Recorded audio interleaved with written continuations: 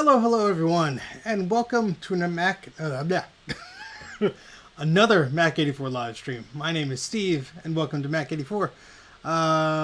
So I'm on the other side of the basement today with my laptop and a different setup. So if you can't hear me, or if the audio is poor or anything, let me know.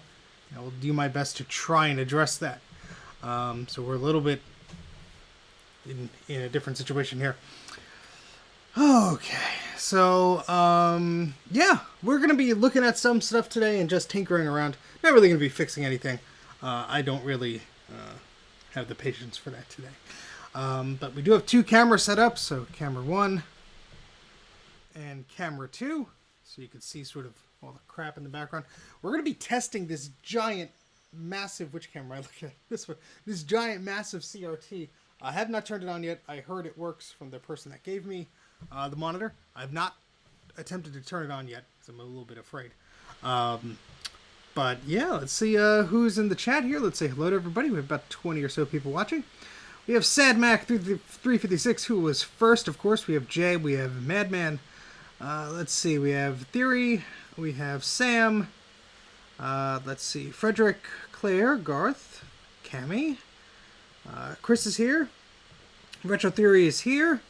And Violet is here. Okay, awesome. So got a bunch of stuff to go through today. So first off, I got this box of goodies from the same person I got this monitor from. Now, depending on how things go today, I may want to grab something from the garage, which is just that way. So I'll go up the stairs, grab something, and come back. Oh my goodness. Thank you very much, Ron. Which camera am I looking at? It's this guy. Thank you very much, Ron, for your super chat. Eep! Greatly appreciate it. Do your part to support Mac84's great content. Well, thank you so much. That is very much appreciated. And I'm sure we could reach that $20 level that Ron has bestowed upon us all right now. Okay, so with that being said, let's look inside this box and see what goodies we have here. So, I guess, see, I'm not sure which camera to. Well, I'll just do this one, I guess. There we go. Okay, all right. So, this cable is a very interesting one. This is a Rostrops brand 13W3 to DB15 cable. So that's what it looks like. Hey, Travis. And what's interesting is you can see, I don't know if you can see it from here, but inside of this cable, you might, let me see if I can use my phone as a flashlight here. If my phone wants to respond here, there we go.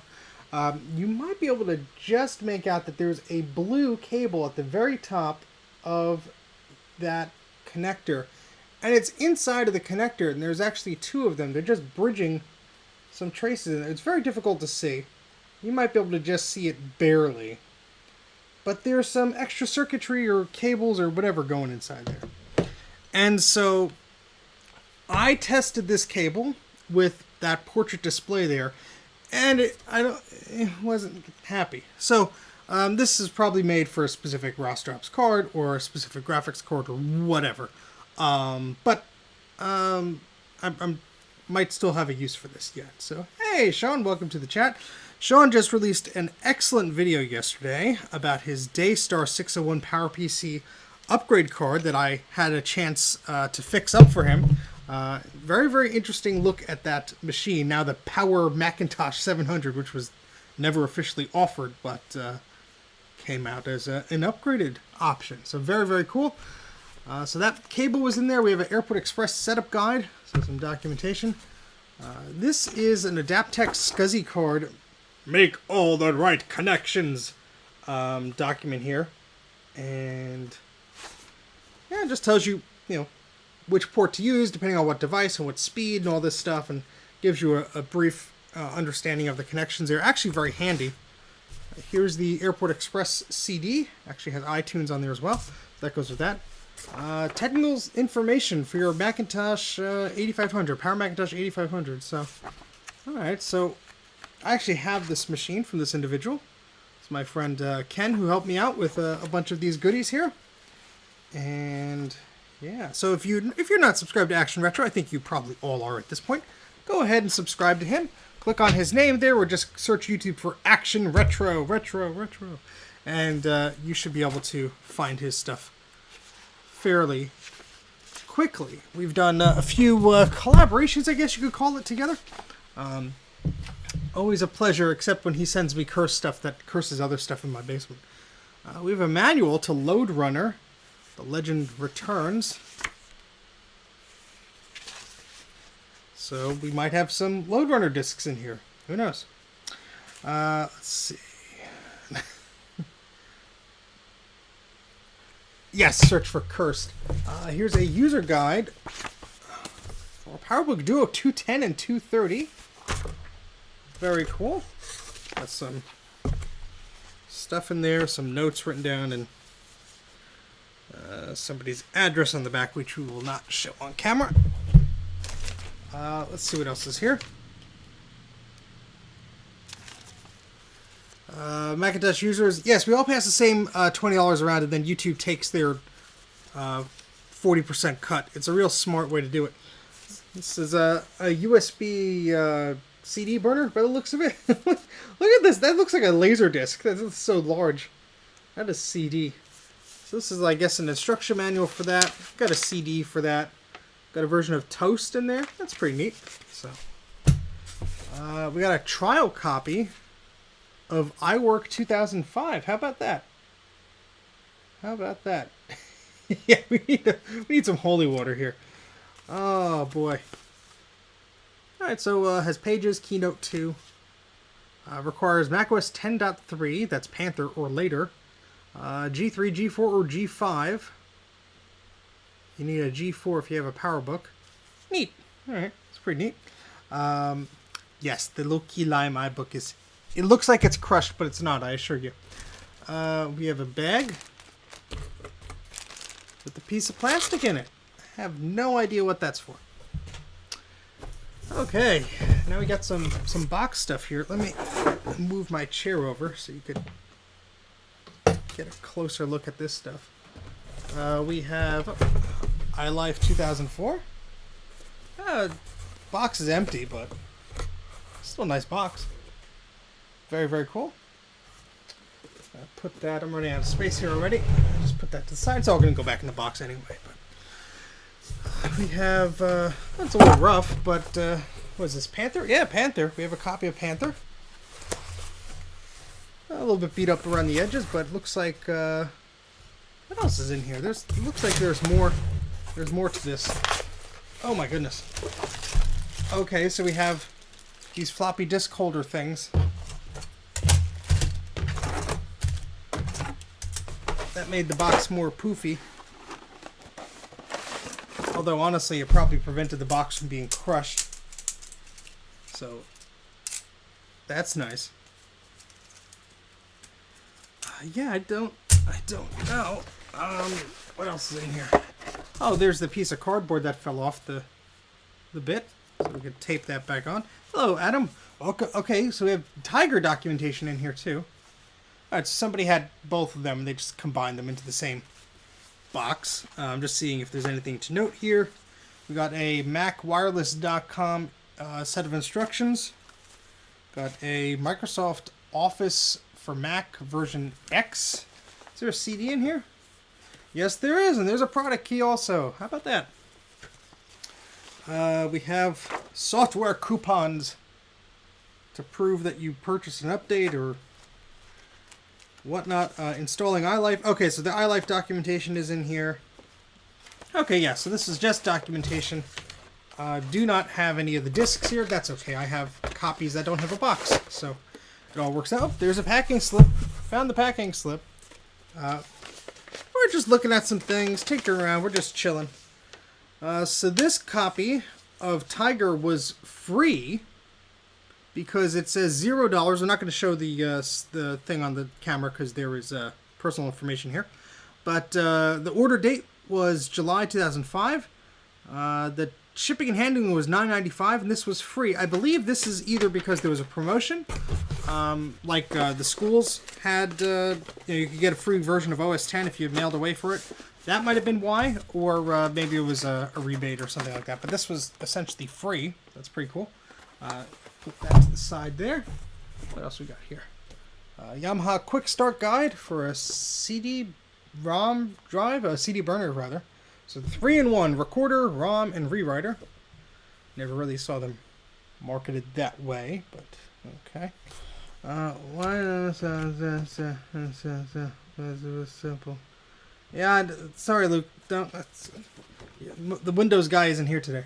This is a Macintosh Quick Reference Card. Has a bunch of shortcuts and stuff. That's cool. Ejecting disks, working with Multifinder. Keyboard shortcuts for managing Windows and printing and stuff like that. 1988. Very, very cool.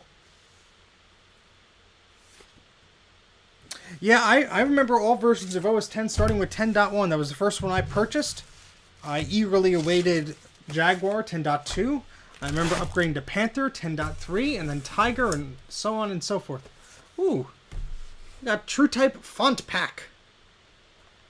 Look at that. So this is by Macsoft. Huge variety of quality fonts. Works on any printer and any application. We may have to test that. One of the advantages of being in this side of the basement here is I'll adjust the other camera and then I'll point things out if the camera wants to not fall on my head, maybe.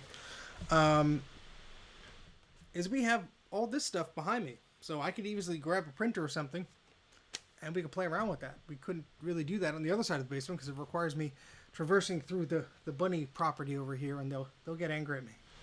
So, okay, so let's...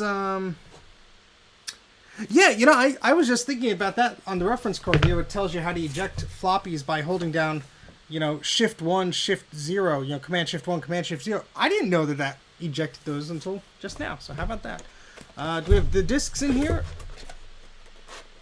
Maybe. Oh, yeah, we got some discs in here. I don't know if they'll read, but the audio... All right, let me go to the other one. Hold on a second. La la la la la la la la la la.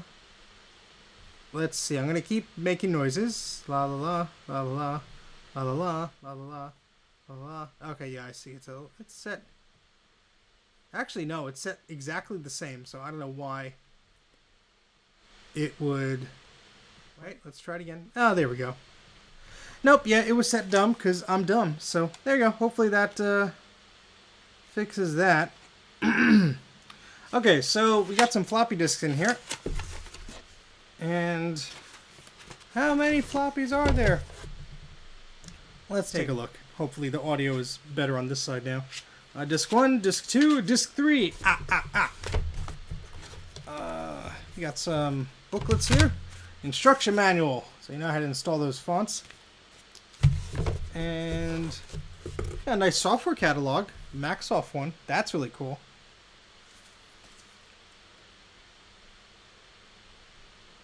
Clippables, color clips, Macintosh Game Pack, Mac Arcade Pack. I have one of those up there somewhere.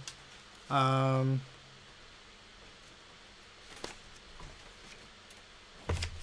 lot of these look very familiar. Chess. No supervision required. Let your kid go nuts. Very cool. Alright, so we even have a registration card. How about that? So, looks like that's fairly complete. Maybe we'll try and install that. What do you say? Now, I will warn you, we're going to be using some Macs, but they're going to have CRTs. Hopefully, it's not going to be too flickery. But I don't have my scaler or anything plugged in on this side of the basement. So, alright, what else we got in here? Oh, we got floppies. Oh, boy.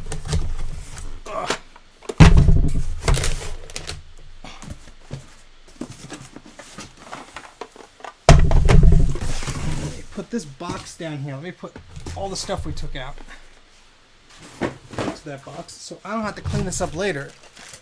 What else did we take out? We took out all those manuals and such.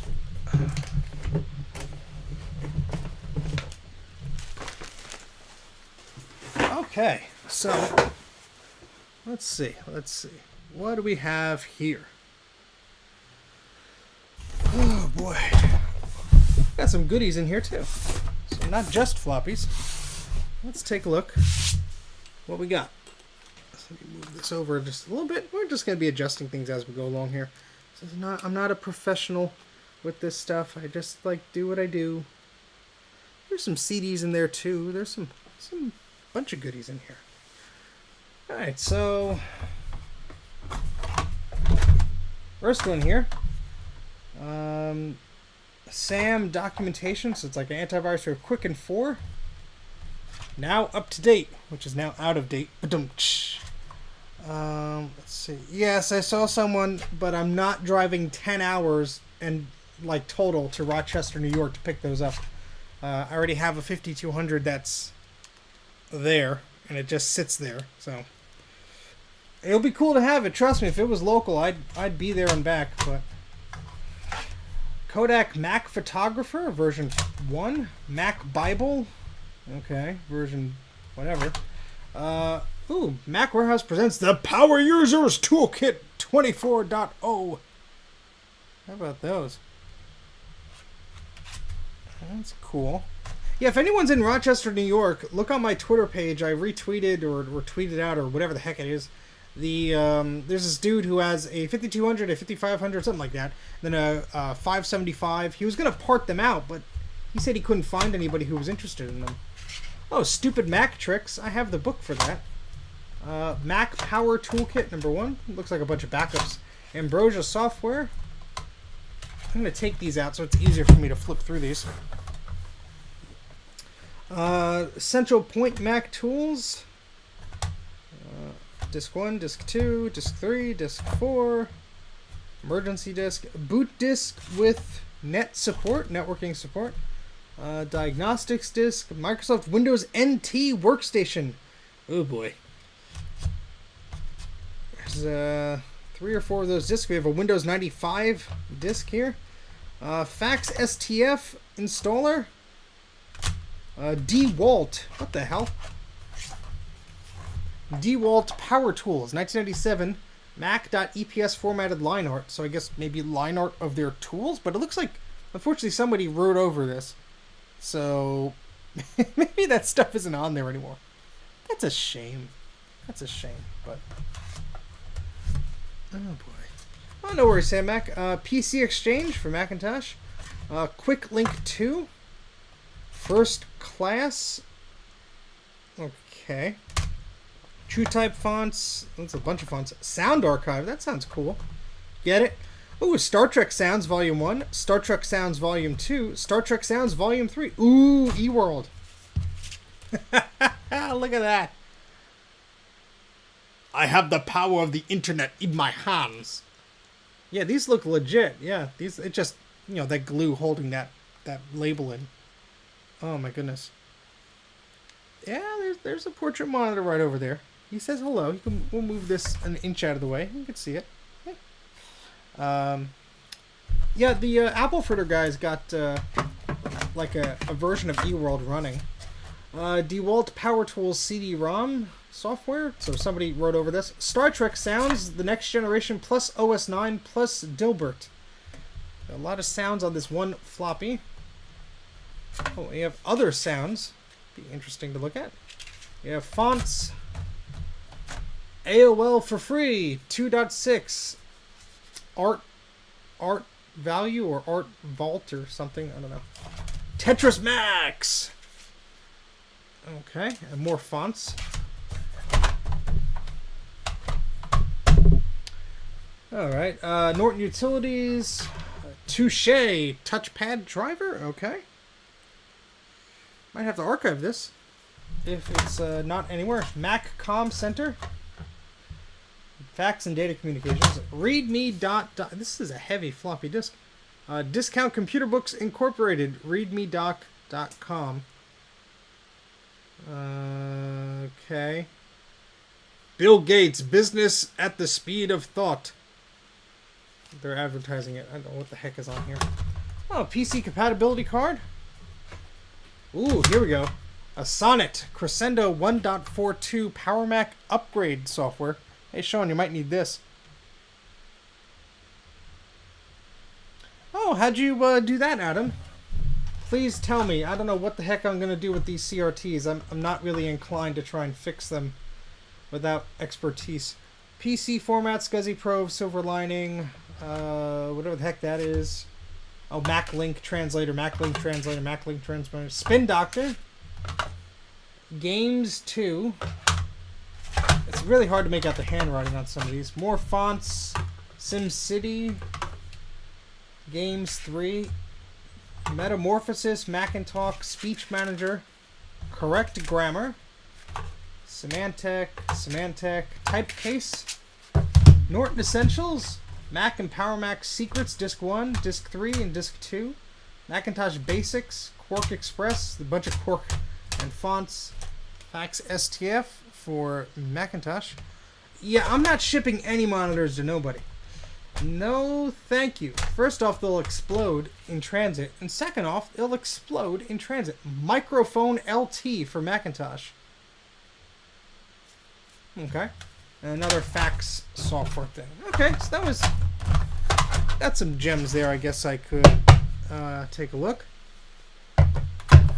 Oh, I'm sorry, Adam. If you're already following me, I'll what's your Twitter handle, Adam? Put it in the thing, and I'll follow you.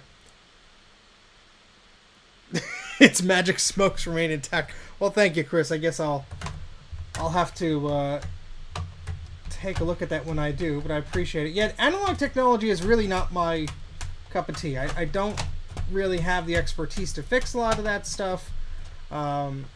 It's just something I'm not too knowledgeable about. Not like I'll ever not be. It's just at this point in time, I'd rather not be playing around with that stuff. I don't know what I'm doing. So,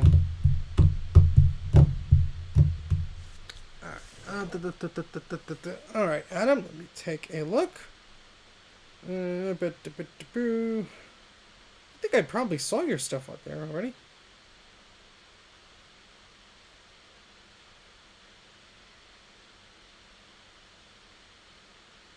Oh yeah, I am following you, so I don't know what you're talking about. I probably just didn't see it. Oh, hey, Trina, welcome to the party. All right, so this looks like it has some goodies in here. Ooh, okay. Straight off the bat, HDI 45 to DB15. Very, very handy adapter, especially you have those Power Macs where this is the only video port, the HDI 45 side, and this will let you plug in DB15 monitors to it. Very, very cool.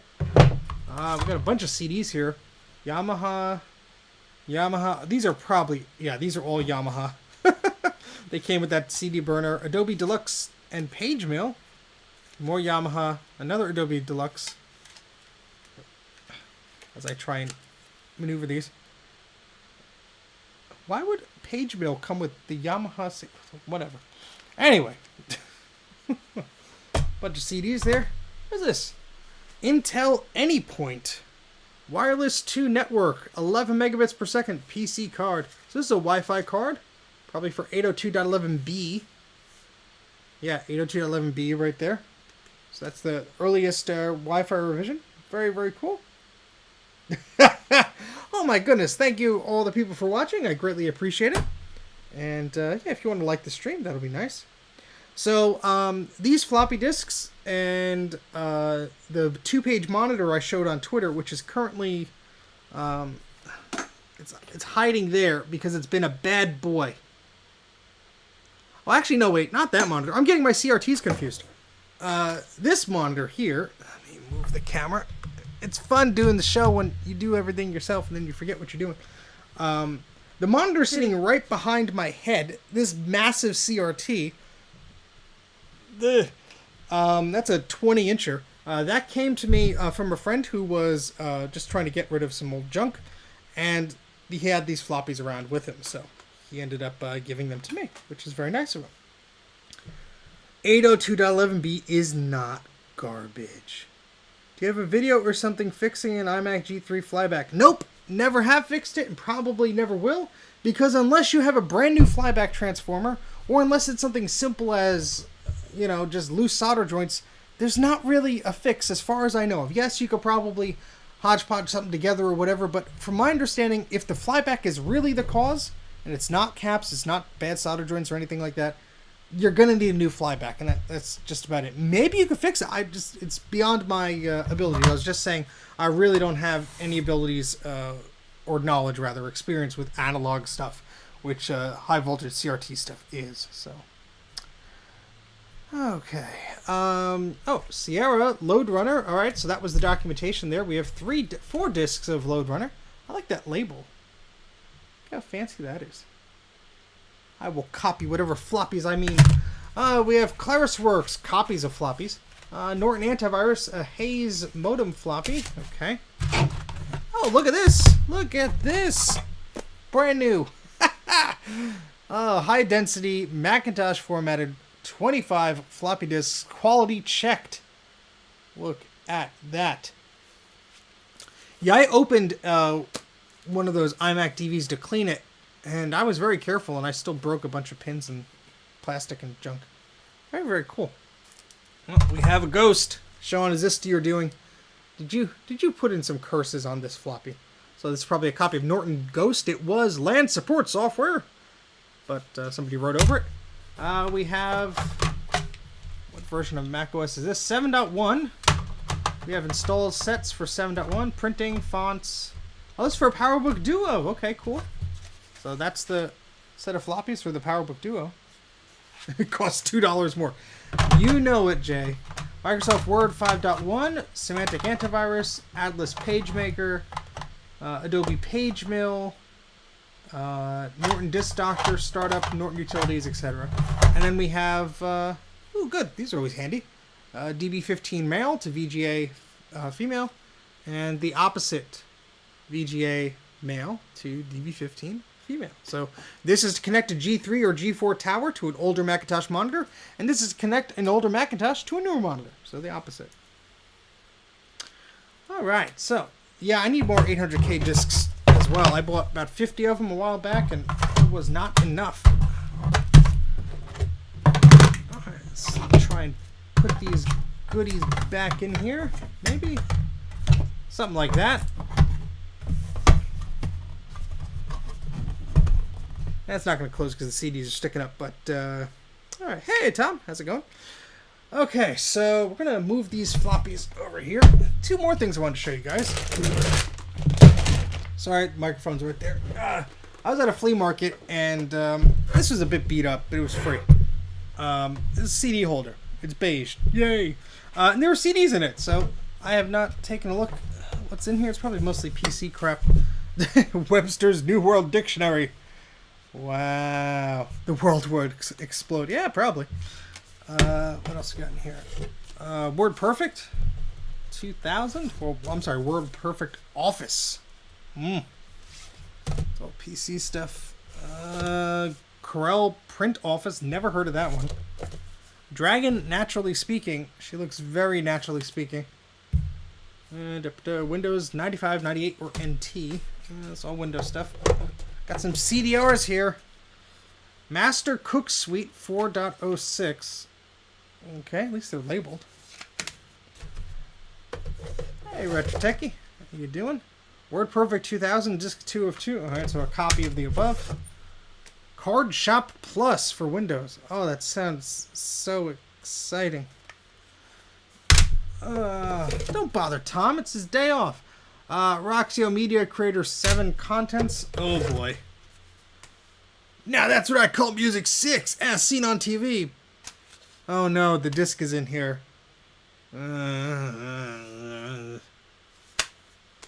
It's just your standard array of pop hits or whatever the heck from, what year is this? 2001? 2002? Something like that. It says 2001 on it. But, my goodness. We got Roxio Easy Media Creator 7. Oh boy. The Complete Seller's Guide to eBay. This is probably the most interesting disc out of the bunch because somebody probably had to pay for this tutorial or whatever the heck. Yeah, it's a burned disc. There's so little data burned on this thing. I'd be very, very interesting to see what the heck is on here. It's probably all irrelevant these days, but just for funsies. What else we got here? Trivial Pursuit Millennium Edition for PC from Hasbro Interactive. And Vegas Games 2000 by 3DO. Probably for the PC as well. My goodness. Did I hear you right? Did I hear you? What?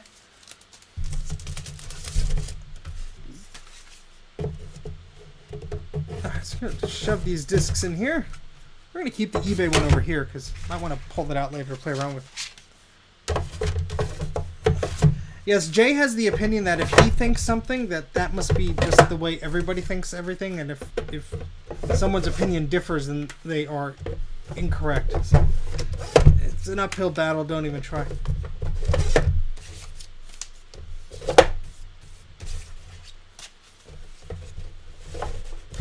All right, so that was a little CD tower thingy.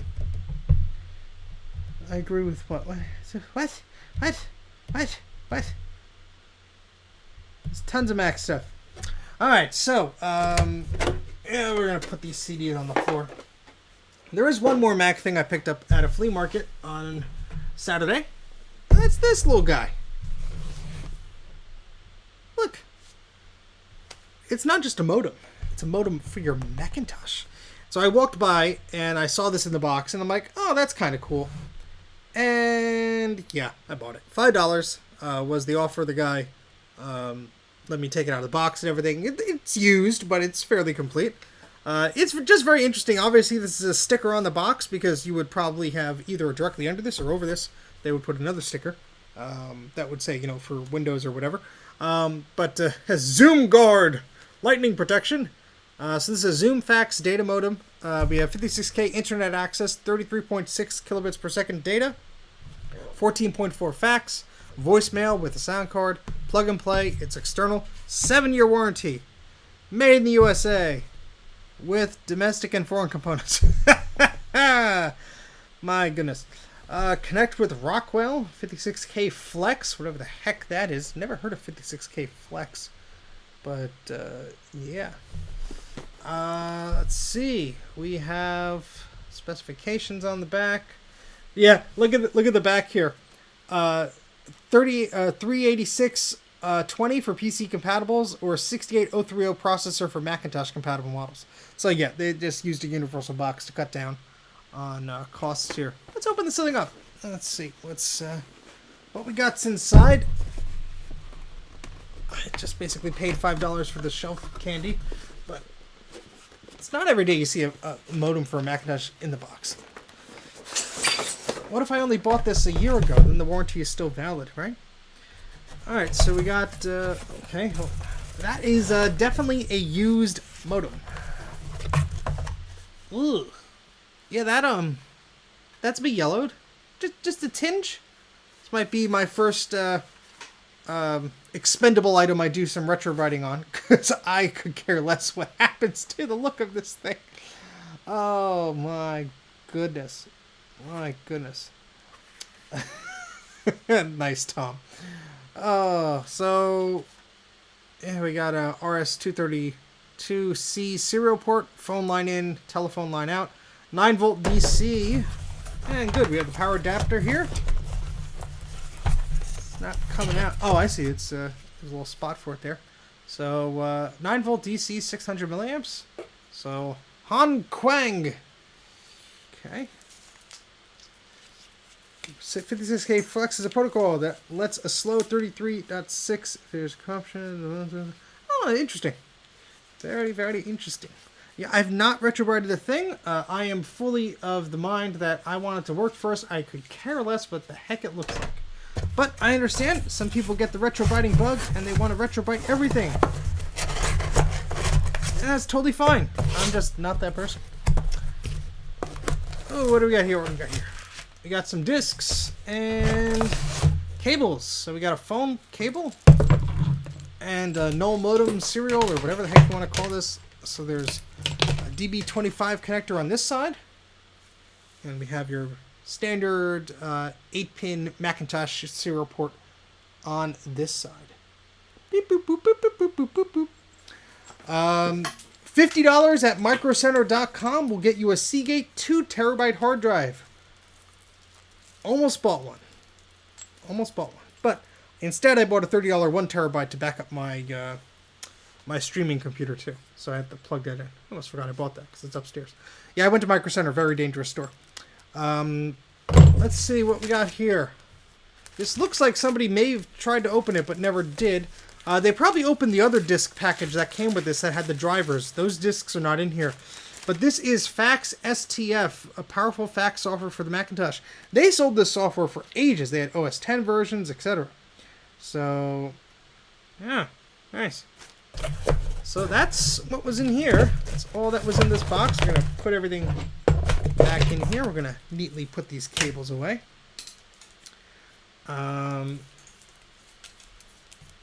Yeah, I mean, I could install the modem, but I have nothing to dial into. All my DreamPi and network emulator stuff is on the other side of the basement, and we're on the other side, so we can't do that. Okay, but at least we saw what was inside the box. That was cool. We'll play around with the modem at some point, I'm sure. It has a button here. It's a power button. Ooh, that's fun to push. Let's plug it in, see if the lights come on. And by plugging it in, you will see the lights dim, and then you'll know that nothing works anymore.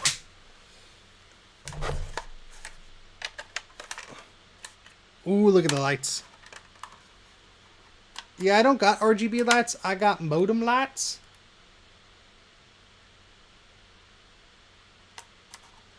Very, very cool. I think that's pretty neat.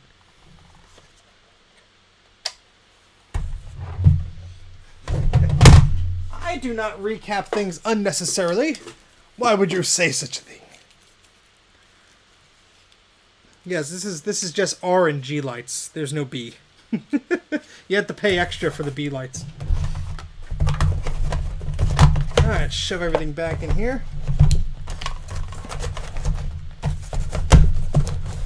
I mean, hey, there's a modem. How about that?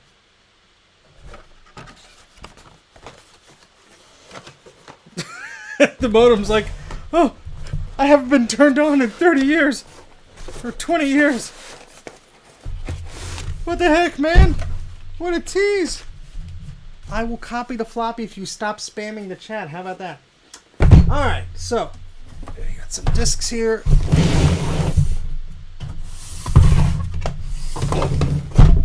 We got our modem here. Now what are we going to look at? Well, oh boy.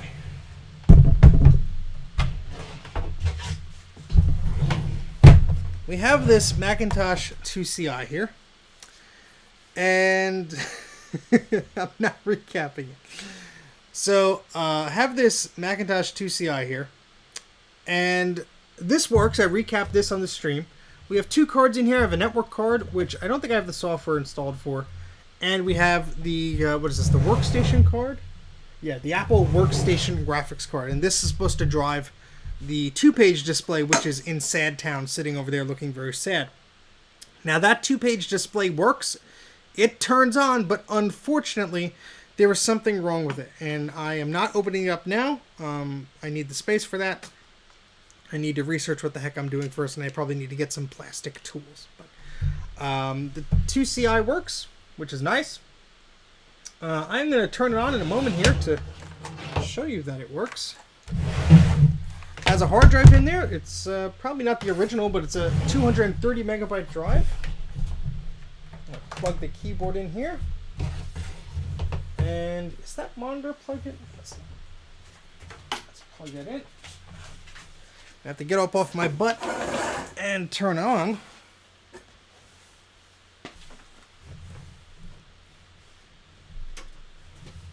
Okay, so the monitor has been turned on. Let's plug in that monitor to the computer. And I know you're probably not going to be able to see the monitor at the best way, but we'll try and make things a little easier for you guys to see. Let me get a mouse here so we're not hot plugging ADB things.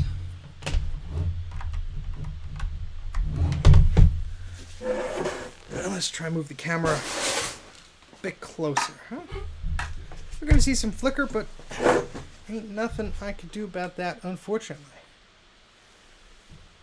Yes, that is the Macintosh Portrait Display.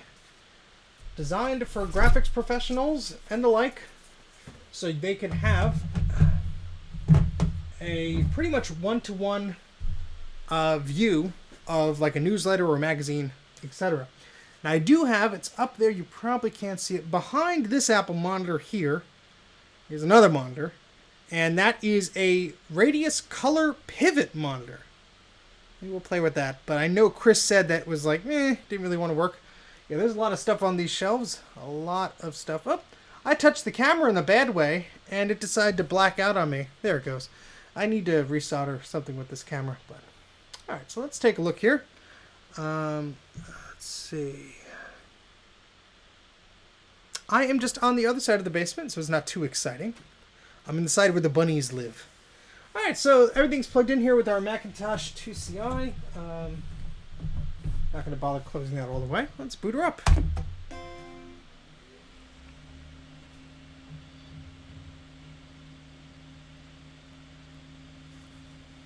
Rotating the screen virtually via software was not a thing until later than you might think.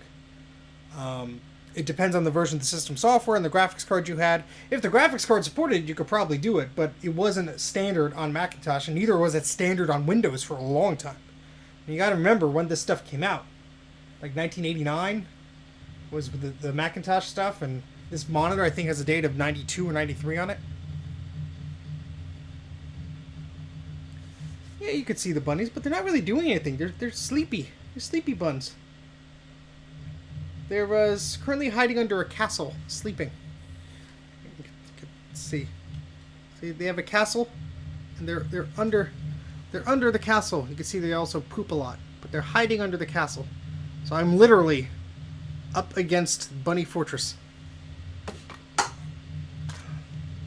We're still booting up here.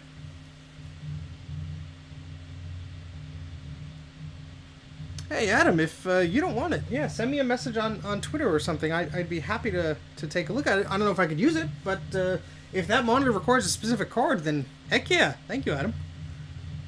Actual bunnies. Actual bunnies. We have 4 bunnies. 4 bunnies. 3 of them are down here. Gus, Olivia, and Misty. And Bonnie is upstairs. And, whoopsie. Yeah, she's coming out to say hi. Hello, Olivia. And Gus is the white one. Olivia is the black one there. Olivia! Olivia! Eh, she doesn't care.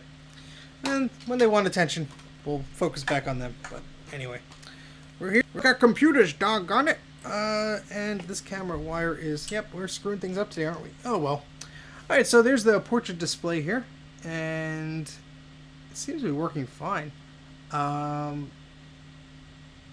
Let's see. Let's see what we got here. This is the hard drive that came with this system. So I think it's a fairly incomplete version of the Mac OS. It's 7.5. We're in black and white mode. Now let's go to 16 colors, man. And Macintosh 2 built-in video memory allocation for video. Select the maximum number of colors and grays that you want. We want 16 grays, dognammit. And close that. How much memory we have? We have a lot of memory on the system, I believe.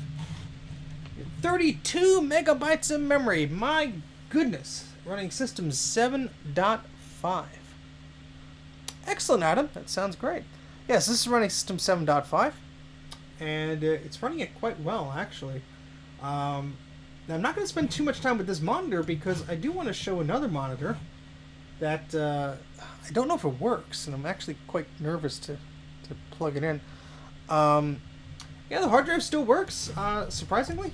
There's nothing of importance on here. I did back it up, just for funsies. But, yeah, this little monitor works great. I bought it for, I think it was $10, 2-3 years ago, something like that. It is a very unique monitor. not much else to say about it. I know you can't really see it up close, but it is pretty neat.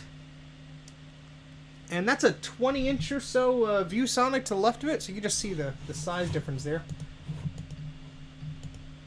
Very, very cool. I do not have 46 cubes, my good friend. Oh, it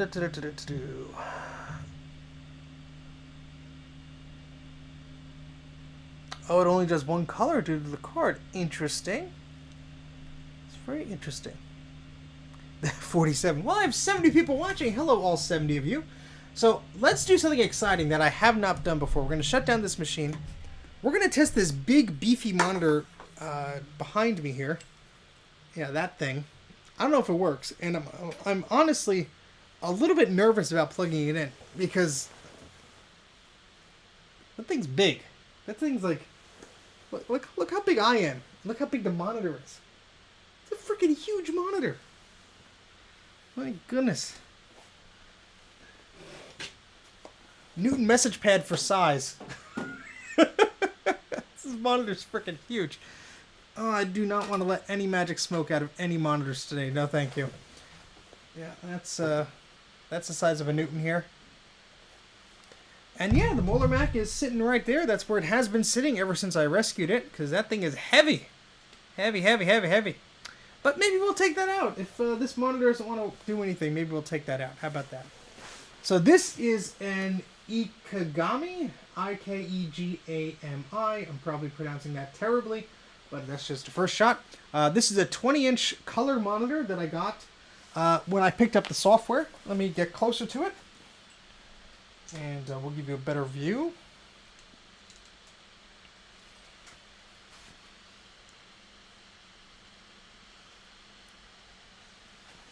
Okay, so this thing is quite big. Here's my head. And yeah, this thing is large and heavy.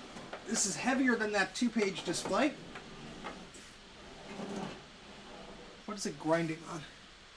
Nothing. Okay. But you'll see. Oh, that's why the cable got stuck.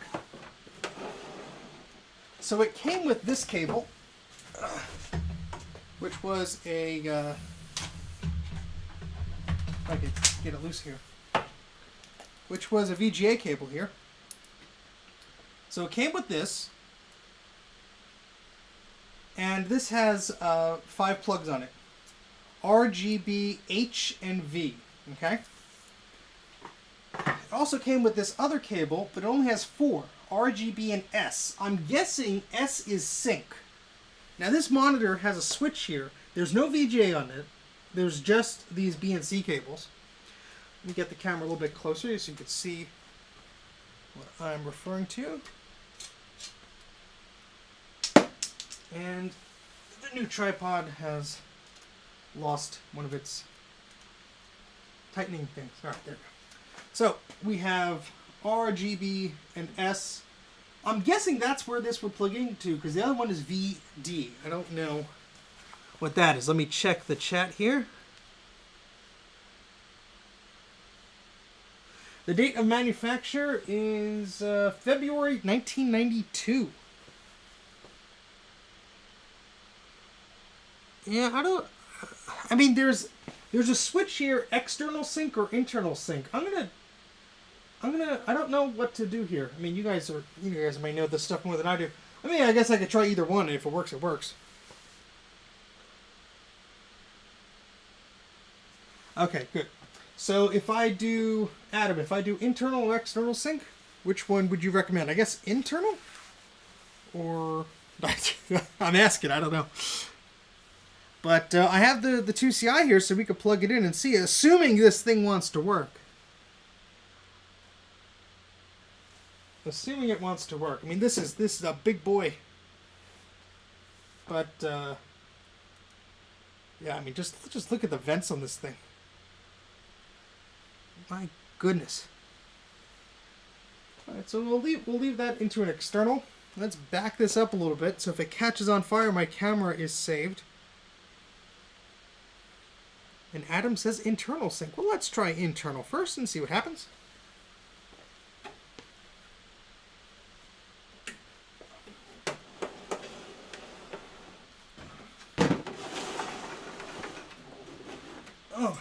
this thing is heavy.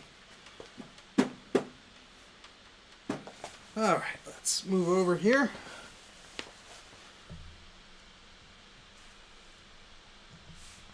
Yeah, I'm just making the chat bigger because it's hard for me to see.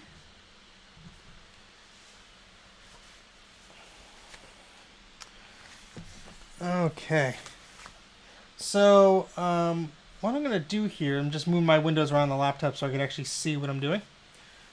I'm just going to plug it into power first without plugging into anything. Oh my goodness, that's a heck of a lot of dust. There's a lot of dust on this thing. Hopefully it works. The guy said it worked a while ago, but oh boy. Yeah, that MDD is pretty nice. Pretty nice, pretty nice. Alright, so I'm going to move my chair away from the CRT, so when it explodes, I'm not in the line of fire. We're going to plug it in, guys. I'm going to turn it on in 3, 2, 1, okay? 3, 2, 1. Okay. No explosions yet. Sounds like there's a fan running inside. Let's plug it into our Macintosh 2CI. Let's turn her on.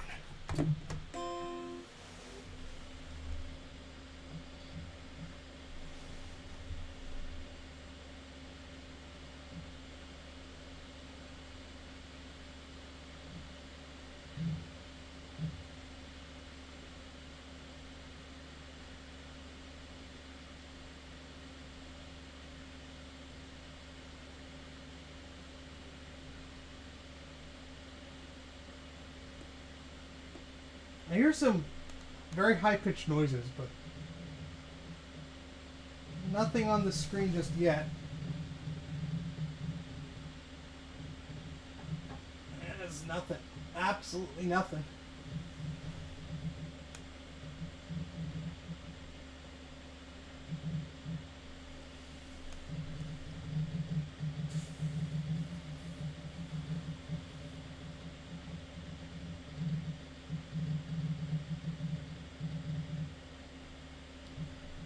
Alright, well, let's turn it off again. Oh, well, we got some image on the screen for a second there.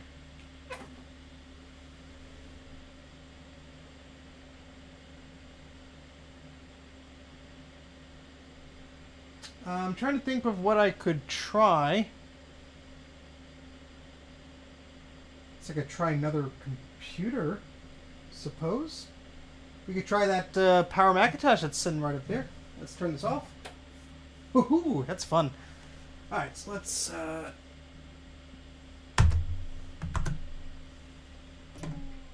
turn that computer off unceremoniously. Yeah, we're going to check the cables. We're going to do a bunch of stuff.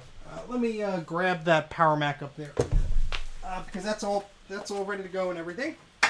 In fact, we can put it on this little table. Nope. Sorry, Mackie. Mackie had a little bit of a tumble. He's okay. It's just a keyboard. Keyboard's fine. E-mate's fine. Don't worry. Alright. Let's move the E-mate away from any potential hazards. Let me turn the portrait monitor off before I forget. I'm going to leave that on if I don't have to. Okay.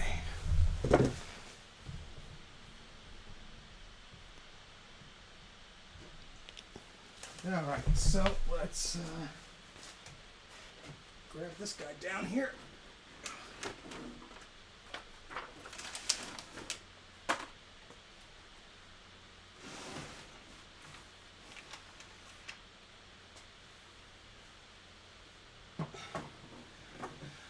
Okay, so this is a Power Macintosh 8100 110. I might have said the model incorrectly before. How are we going to do this? I guess I could grab the video cable here.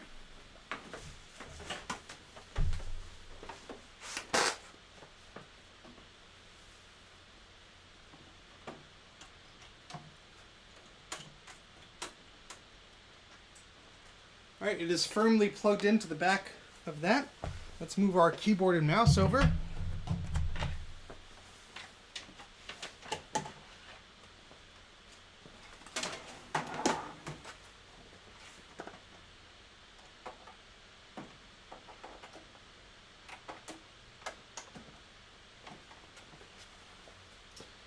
Now we need some power, don't we? Let's catch up on the chat here. Hey, Mike, how's it going? You're just in time. We're going to blow some stuff up. Alright, guys, let's stop bothering him about a drive. If you could get one, he gets one. I really could not care less about the back and forth here if you're going to be mean to each other. Alright, so power cable. Power cable. You need a long enough power cable. I mean, June is Backup Awareness Month. You should back up your stuff, but don't start yelling at each other.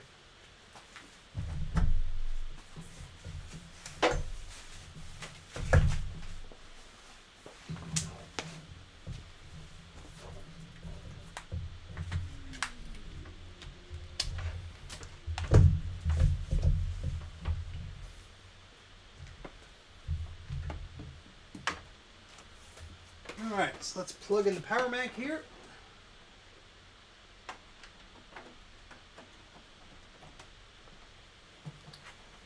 And I guess we'll turn the monitor on, and then we'll turn the Power Mac on. Oh, that's I think it has a fan in there.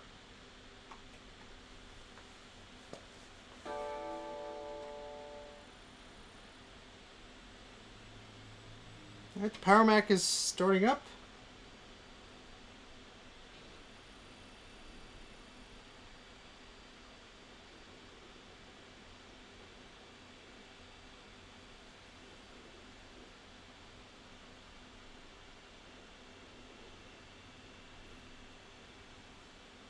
Yeah, still nothing.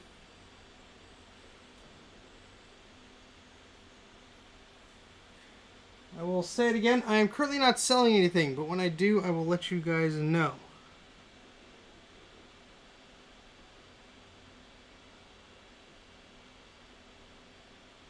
Yes, the CRT seems like it has a fan, because when it's on, I feel air. So there's a fan inside. That's pretty cool. Yeah, nothing yet.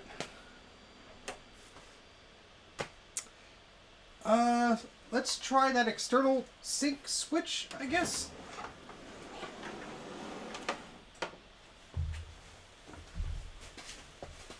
There we go. External. Oh, there are more switches here. Horizontal, vertical. Yeah. There's the gauze button on the back. Oh my goodness! Imagine playing Unreal Tournament on this thing. It'd be fantastic. Sync is plugged into H, I believe. Yeah, it's plugged into H, not V. Should I change that?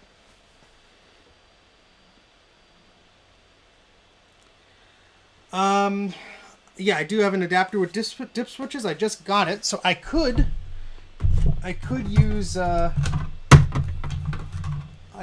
this guy with the VGA thing. So we could try that. The switch on the back is for external sync.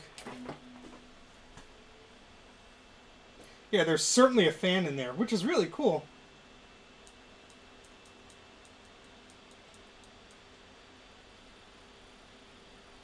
I don't think that did anything. Yeah, I would set the adapter for that, but there's no things on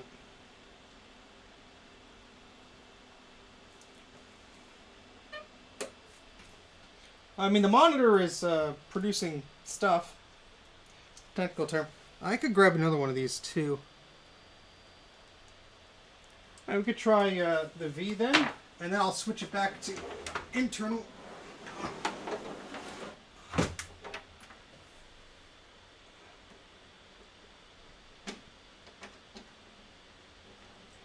See the other cable colors here.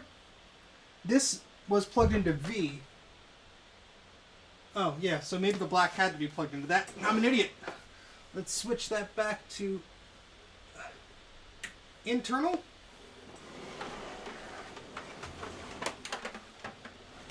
Oh, this monitor's gonna break this desk. I can just feel it. Let's try it again.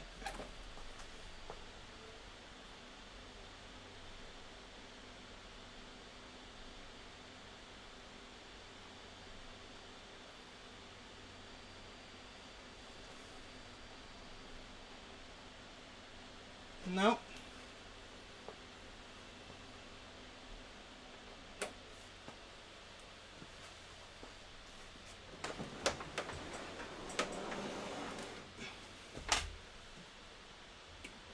Let's try external.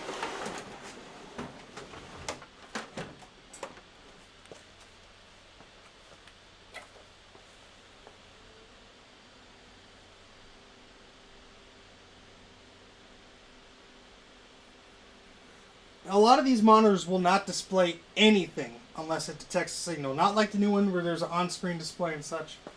Let's restart the Mac.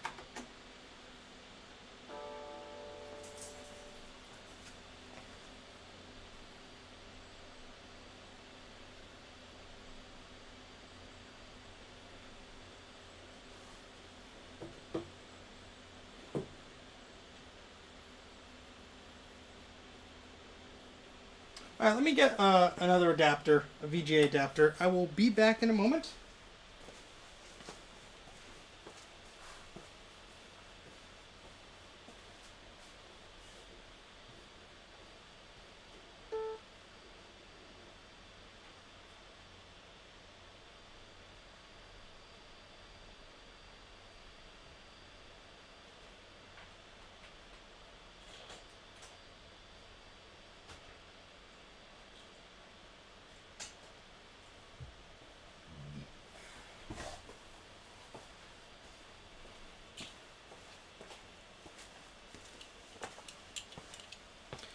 Alrighty, so got this thing here.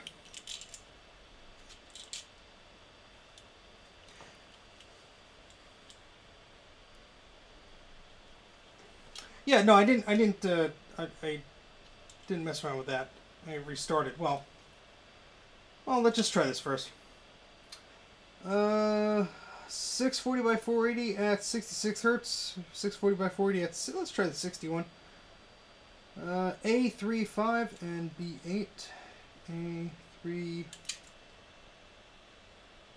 345, 345. Cool. All right, so let's try that VGA cable.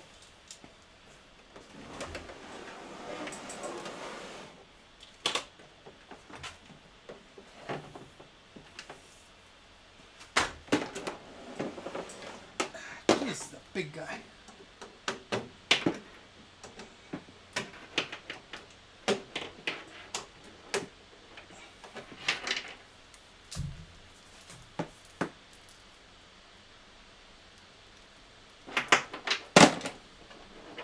See, I have a Sony that has the RGB, but it also has VGA, which is handy.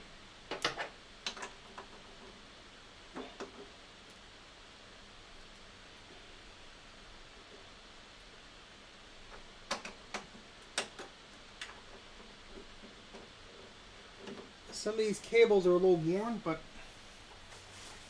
hopefully it should be okay. Alright, we could do 1024 by 768. So that's 2 and 3. 2, 3, and B7.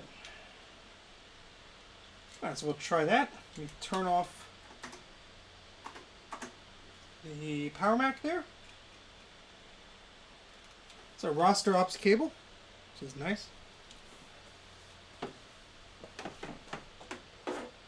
See, there are little switches and stuff on the side of this here, but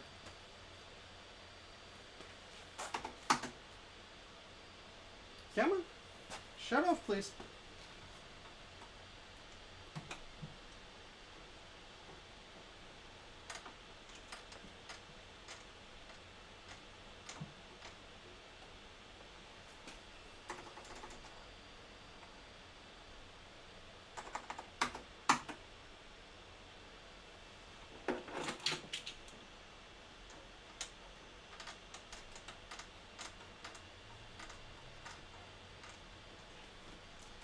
just going to unplug this because I can't get it to shut off. And this video cable is like stuck in darn brittle plastic things. There we go.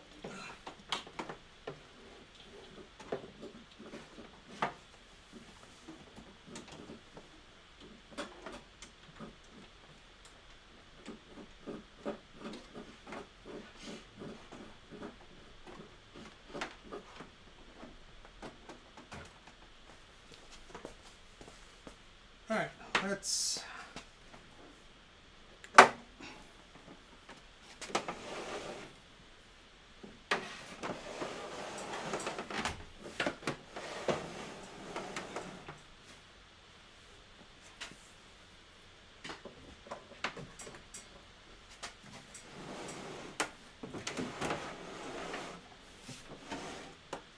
try this again.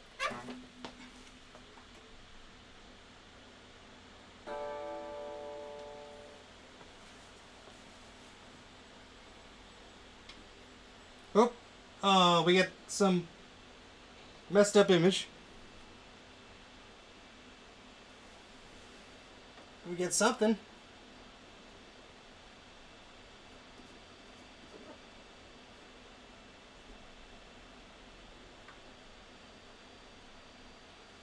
Well, that's something.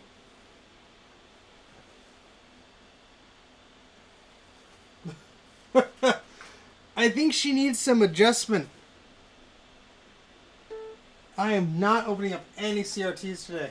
You crazy people here. So, yeah. At least we can sort of see what we're doing.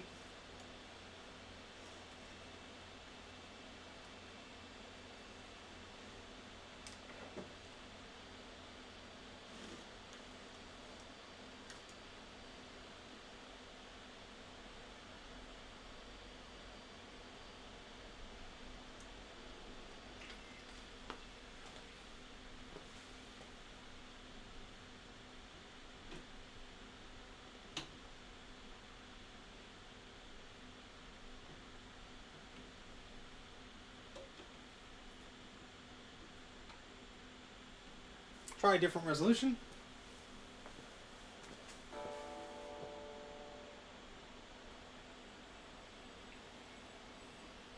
Yep.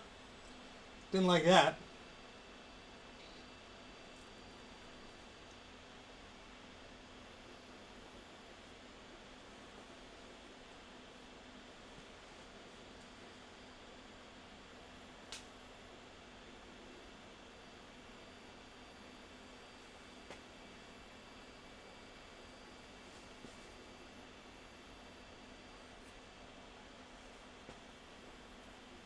All right, let me shut it down and then I'll change the switch. I can't even find the... I'll just turn you off.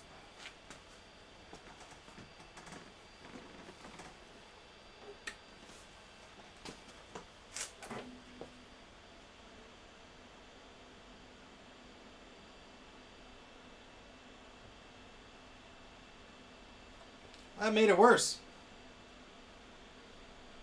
So that's with the switch set the other way for the sync.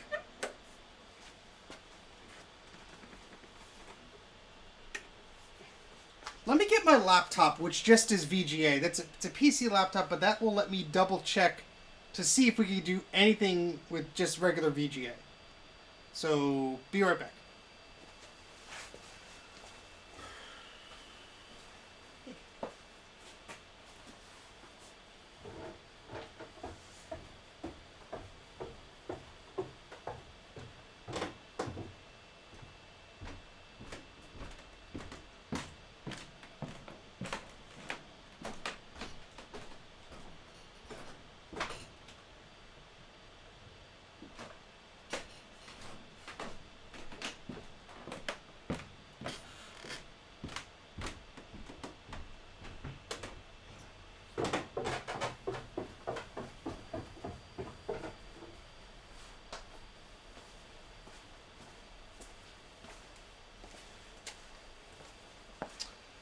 Alright, we have this little Lenovo tablet ThinkPad thingy.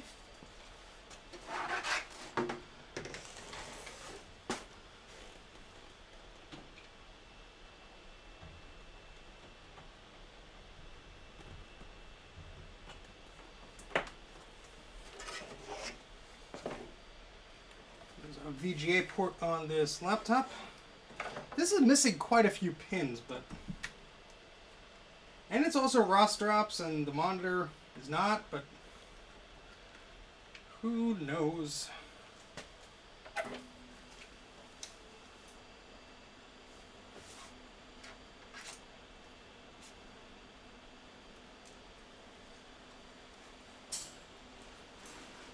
Oh, we got some sort of an image here. It's not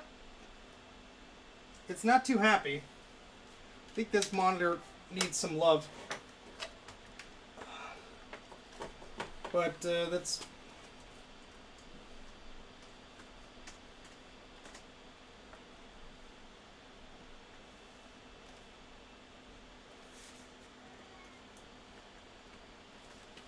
There we go. Yeah, this monitor, my goodness. Screen resolution, please.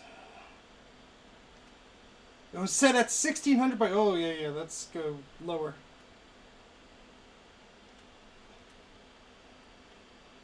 Yeah, something's not happy with this monitor. By 1024 by 768. Let's do that. Yeah, so this needs some love. For sure. But there is some color on it. We do see there's actually a display here. I don't really want to leave this on for too long because there's obviously problems. And I don't want to make those problems worse. But we can see it actually has an image, so yeah. I did change the resolution to that. So I'm going to shut the monitor off now. I'm not going to leave it on. There's obviously some wobbling about, and I'm not happy with that. So we're going to turn this off. I'm going to unplug it from this laptop here.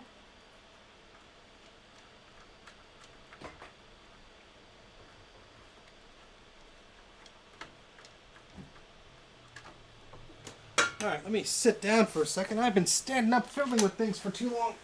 Oh boy. Okay, so.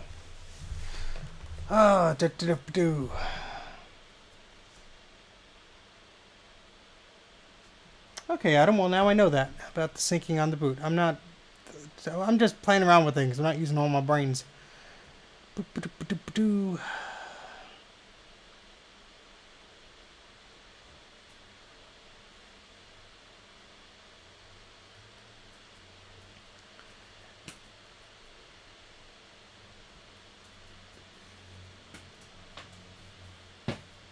Misty, what are you hopping around for? Yeah, this has some adjustments, but not of those variety, it seems.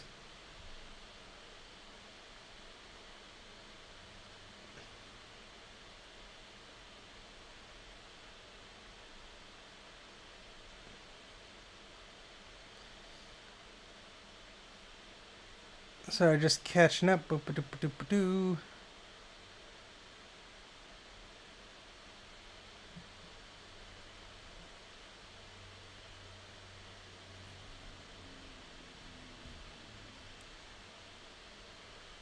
It's alright, Luke. See you later. I stream when I can. There's no real schedule, but oh boy.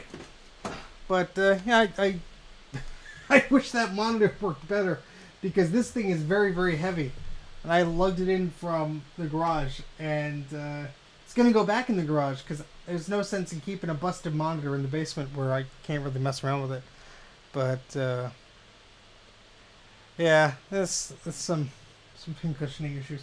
At least we have the footage of it on the stream, so if I refer to it or if I end up selling it or whatever I want to do, trading it to somebody, at least we have some knowledge that it does something. So, alright, so let's see what else we could play around with here.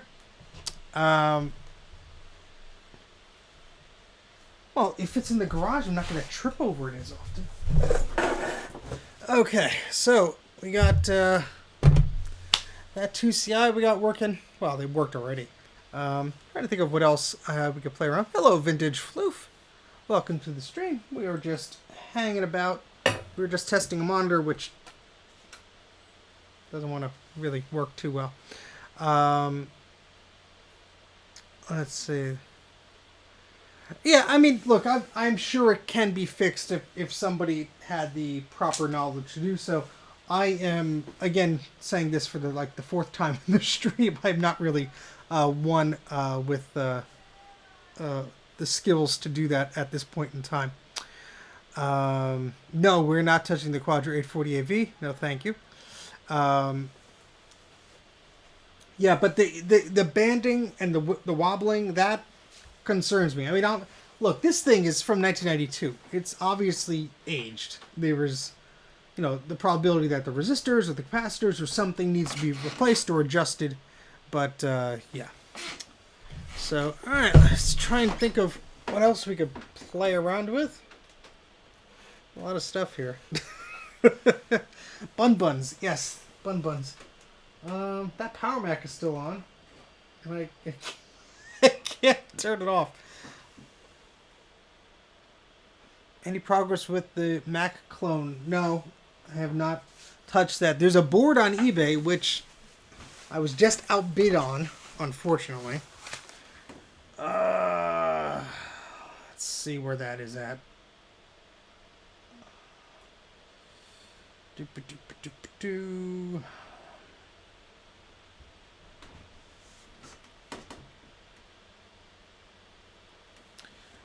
No, because I don't have the electricity I have on the other side of the basement, Jay. This is all extension cords, and I do not want to drive like 5 CRT monitors with extension cords. No, thank you. I'd probably trip something too, and then trip over it myself. Let's see here. Where's my bids? Power computing. It ends in 2 days. We have a logic board of that clone computer, exact same one, ends in 2 days. Fingers crossed. Let's see if we can get it. You permanent bunny cam. Well, you guys see the bunnies a lot. Well, today you are. Oh, here's Gus grooming herself, and Olivia is right below her, hiding around. They make a mess out of things. They like to chew things. I assure you, they are fat and happy, and not neglected. But no, so for the Ross SCSI, I bought SD cards for it. I actually bought other ones the other day, but I bought a lot of SD cards. I got them from eBay. Opened the package when I got home. I have no idea where the heck I put that package. So I have another SD card I could try. I just have not tried it yet. Yes, Adam, I did. Somebody had a few very rare accelerators and video cards for a Macintosh SE, and I bid a little too much out of my comfort zone. I just got too excited, and thankfully somebody outbid me. How did the clone work go? Not too well. Didn't do anything good. Yeah, I'm not gonna. Currently, there's 2 extension cords. One is running from one outlet. It's running the laptop and the USB hub. I have the laptop in because this silly laptop only has 2 USB ports. And then there's another extension cord from another outlet, which was powering the 8500, the 8100, this monitor, and whatever crap I was plugging in. All right, let's try and figure out what else we could tinker around with. Let's not do any more CRTs, please. They kind of freak me out. What else can we play with? What else can we tinker with? I didn't really have too much planned. I was hoping that monitor would work and we'd play around with that. Any suggestions from the chat, feel free to do so. Apache Thunder, which board? Refresh my memory because I don't have access to my system right now. What board are you referring to? Did you send it? I don't think you sent it in already, or did you? I will check. It's very exciting if Steve looks at his phone. That is too expensive, but thank you for the thought.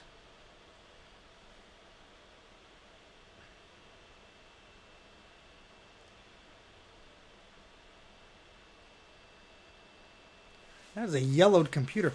Check out the eBay CD. I guess I could, but I need a computer with the CD-ROM drive.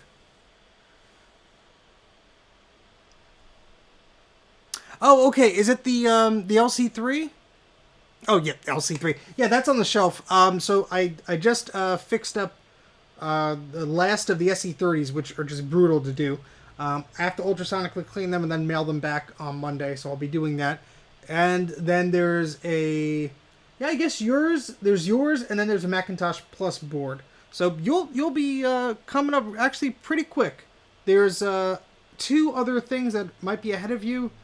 There's an LC board and a Color Classic board I just got to finish up. But all right, so sorry, just checking up the chat here. Molar Mac. Oh, we could bring out the Molar Mac. Why the heck not? Let's bring out that guy is heavy. That guy's heavy. So we're gonna make some space here. Because everybody wants to see the Molar Mac, the G3 all-in-one desktop.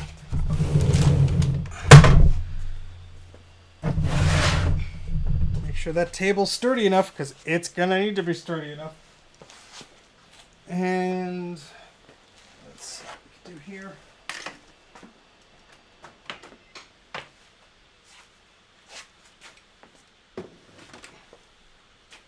So the tricky part is going to be moving this monitor, because the G3 all-in-one is below there. It's there. Let's carefully do this here.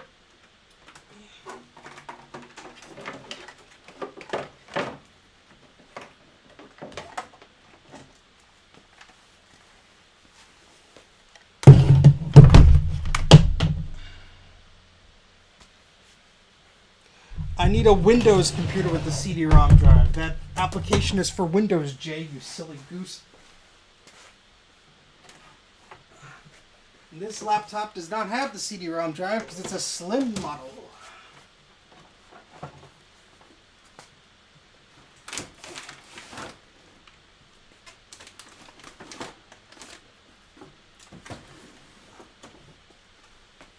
Okay.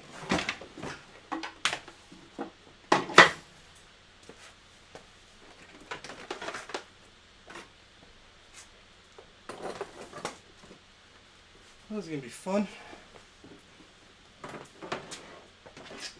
Lousy monitor. Should have left you in the garage.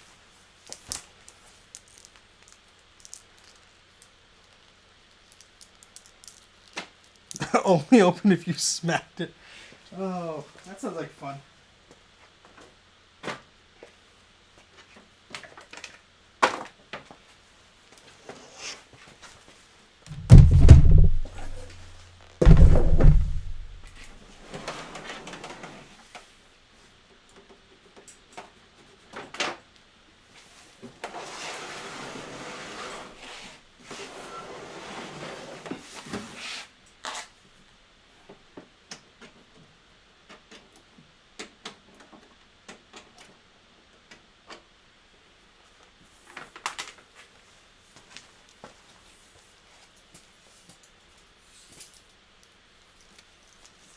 Alright, just move these cables over here.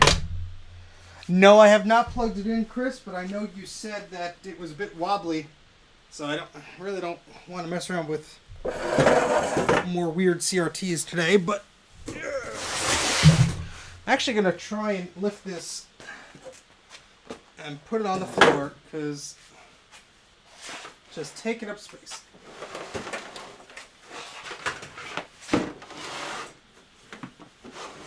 Oh God, that's heavy. Okay. All right, it's on the floor. Thank goodness.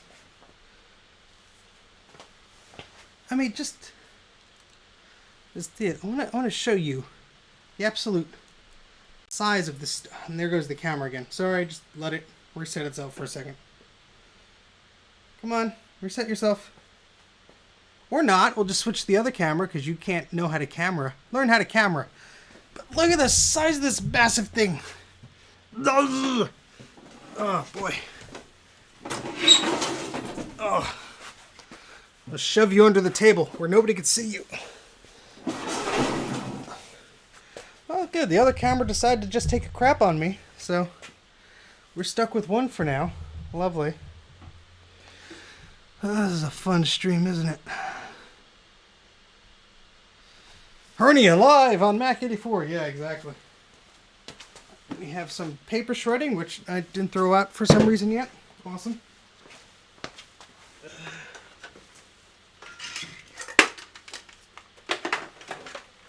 We have a fax machine that I used in as a prop in one of my videos.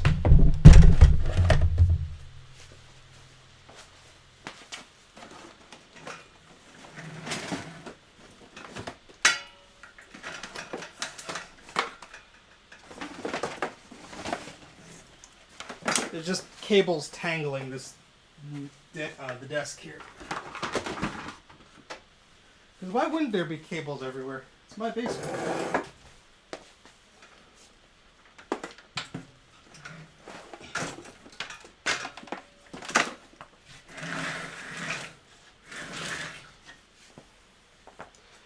Oh, this is gonna be fun to pick up as well.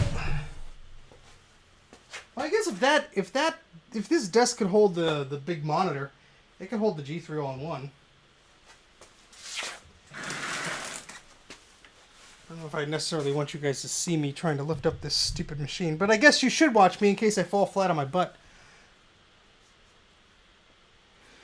Yeah, I don't know how I could show you guys me fixing the camera unless I plug in the other camera. Oh boy.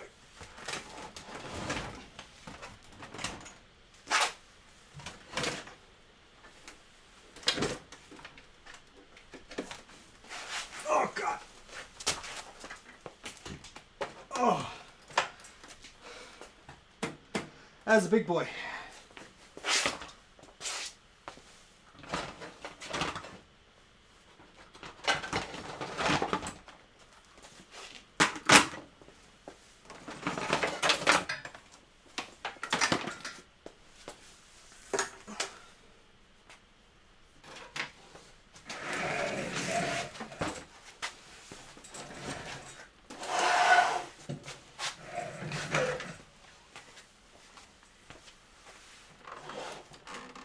Alright.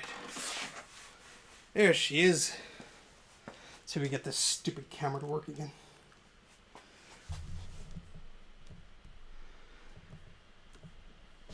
So unplug the camera, plug it back in. Hey, Tim.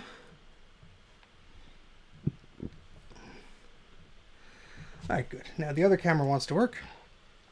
Again.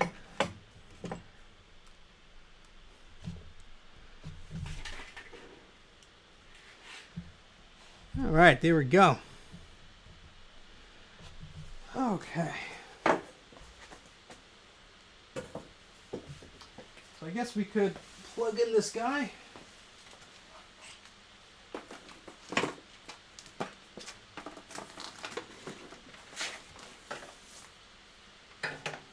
Well, first, I want to talk to you a bit about this machine. Use your knees, Steve. Sorry, just catching up on the chat here.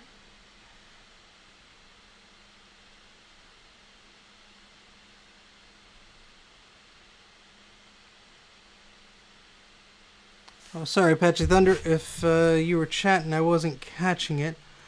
The dead Apple 300 Plus CD-ROM drive.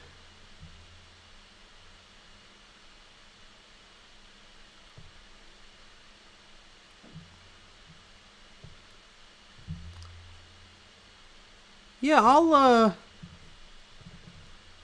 take the dead drive if nobody else wants it. That's fine with me.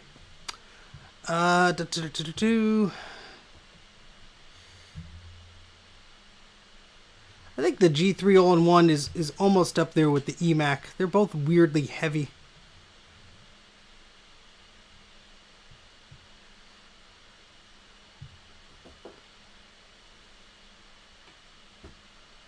It's a very interesting looking machine. No, I do not have OS X installed on it. In fact, it has the original hard drive that I found it with. I'm going to bring the camera a little bit closer. Hopefully it doesn't bug out. So you can see this absolutely beautiful thing.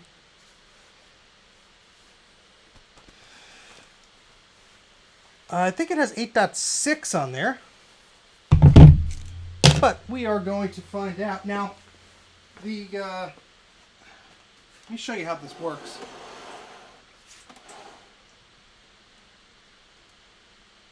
I mean, just look at that. Now, there is a lot of yellowing on the left side of this here, and there is some cracking here, because when I got it from the e-waste place, a CRT monitor was just sitting on top of this. So, unfortunately, it has sustained some damage, but nothing too bad. So we do have, looks like I took the screws out there. I don't know where the heck I put them, but this comes out. This whole thing comes out like a tray. Let me move the camera so you can see it better. This whole thing comes out like a tray. And so we have 3 PCI card slots. We have a video personality card. There is no zip drive installed in here, so I could install one, but right now there is no one. There's no drive in there. So let's...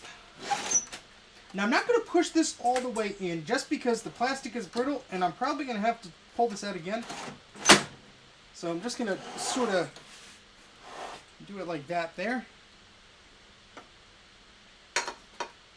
You can see the yellow on here, and you can see, unfortunately, the cracking here, minor cracking here, and some stress cracks here.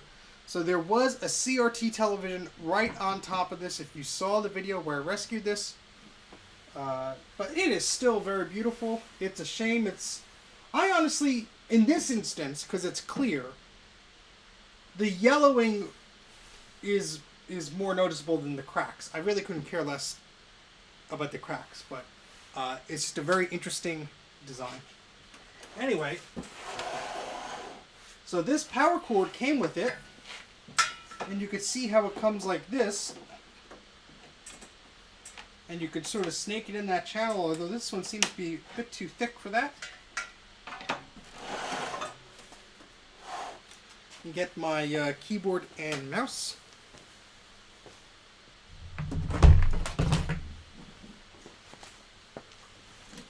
Whoops, the mouse went on the thing.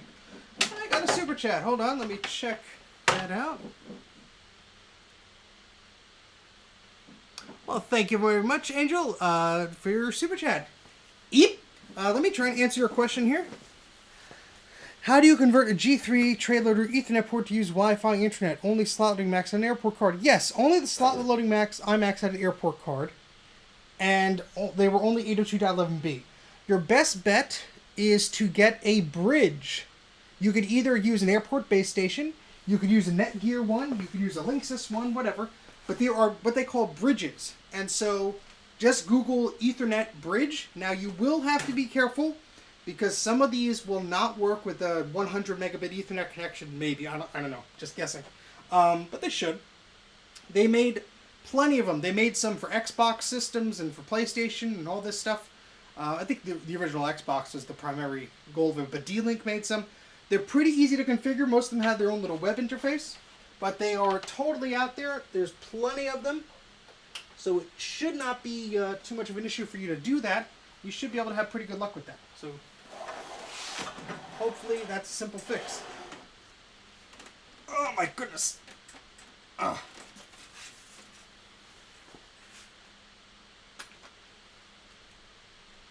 Alright, so I think there's a power switch on the back of this guy.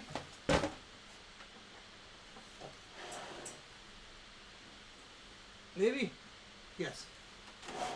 So we have to turn the power switch on.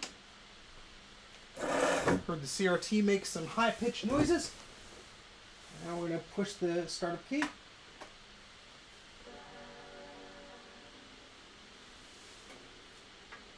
T-Ping link will work.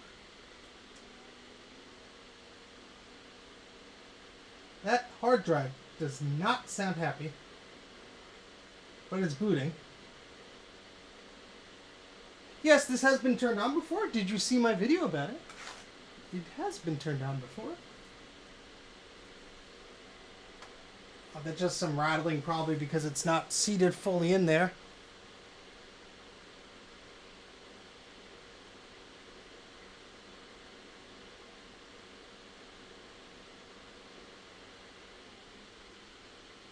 I guess that was a CD-ROM drive spinning up. This is just a beautiful machine, though.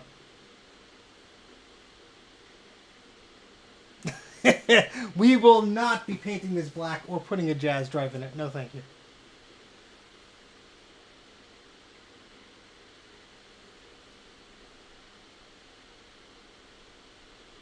So you have two headphone jacks on the front of this machine. Yeah, that is the CD-ROM drive making noise. It's just rattling, that's all. We have a floppy drive here. We would have a zip drive if I had one installed. There's just a plastic plate there, which I could just install one manually if I wanted to. No, Action Retro is not going anywhere near this.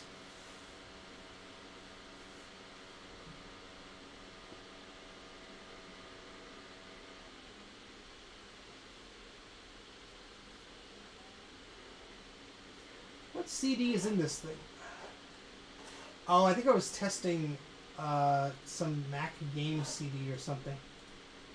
Yeah, this is filled with children's software and stuff like that. I want to image this hard drive. Here, let's eject that. It's Crosswords and SimCity. How about that? This, I believe, is a 266.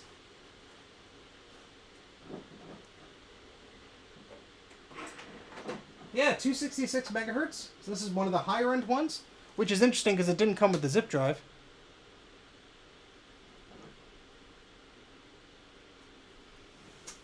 So yeah, we have... Oh, this is actually running 9. I thought it was 8.6. Maybe it was wishful thinking. So 9.04. We have 256 plus 32 megs. So we have 288 megs of memory. It's a weird sizing, but okay. We have the audio-visual card add-on installed in this machine. Yes, there's just a blank piece of plastic in there. And this is the ATI graphics. We have 2 megabytes of video memory. I do have an upgraded module I could put in there. We are currently at 640 by 480. If I change it to a different resolution, it's going to be all flickery on the camera, but you do get a lot more screen real estate. I'm going to set it back to 640 by 480. Hopefully that's now it's flickering more. Well, whatever. Yeah, they probably let you get a faster CPU, and they're like, oh, we don't need a zip drive. We can always get an external one. Yeah, I think this will run 8.1 or something like that as the minimum. I apologize to any noises. That's the bunnies chewing their wood toys. Yeah, so we got, I think I drew this last time.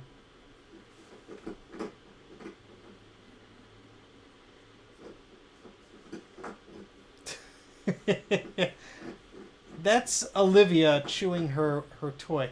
Olivia! Well, she's gonna be a rabbit. There we go. We have a cup that I drew the macOS logo on. How about that? We showed the bunnies before. We showed them before. You missed it. You can't see her. She's under the castle and she's partially hidden. You need a 3.5-inch device faceplate for your G4. Oh, you mean like a zip bezel, Adam? Like for the tower? Which tower? Which color? The graphite? The silver? Oh boy. Yes, gotta keep those teeth in check. Let's see how much stuff is taking up this hard drive here. We have a 4 gig hard drive. We have Is that a revision number? I'll take a picture of that.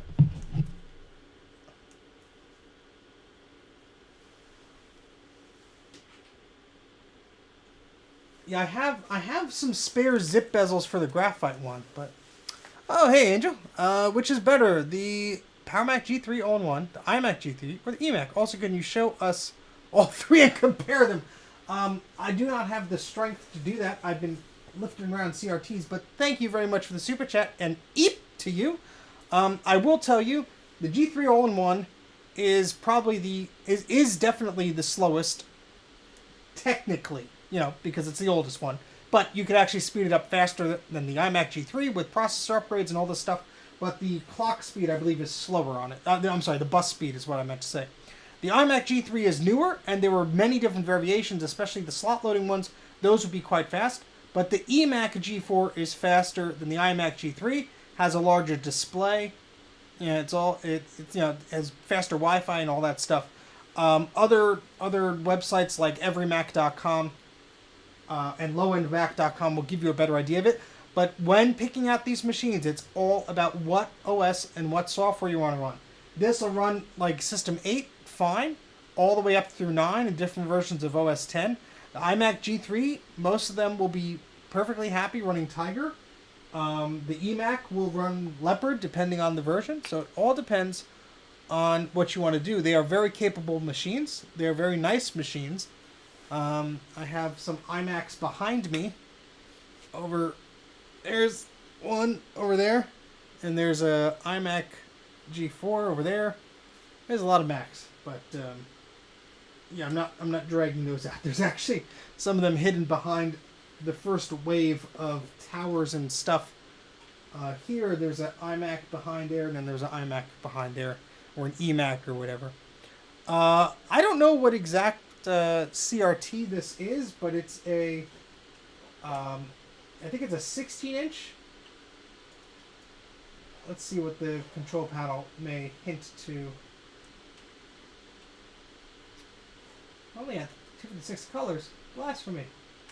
It just says it's a multi-scan display. You know, it looks bigger than the iMac, but I don't know. They might just both be 15-inch, but yeah, I know I'm doing a lot of hand stuff here, but or just buy some Flux. Adam, thank you very much for the super chat. Eep. Yeah, I guess you know what. I guess we could go grab the printer. Maybe we'll grab the printer and play around with that, and then we'll call it a stream after that. I don't know. Depends on. We're only going for an hour and 45 minutes. We can still mess around some things. Do I make the eep noise for Mackie? Mackie makes his own eep noises. I don't have to do it for him. All right, so let's back this up a little bit. Let me see if I get my preview window. There we go. Is there any versions of After Dark on here? Oh, thank goodness. No! Oh, yeah, this is OS 9, that's why. I wonder if they still have the old version of, no. USB Universal Module extension. This table's a little bit wobbly. That's scary. Let's see. They have the same CRT? See, to me, this looks larger. But that might just be the way it's adjusted, or since it's lifted up higher. I'll have to do a comparison, I guess, one day. I do like the sound up and down button. Wait a second, we gotta change that. What the heck kind of a stream is this? Oh wait, that's right. There's no wild eep. We have to put that back in manually.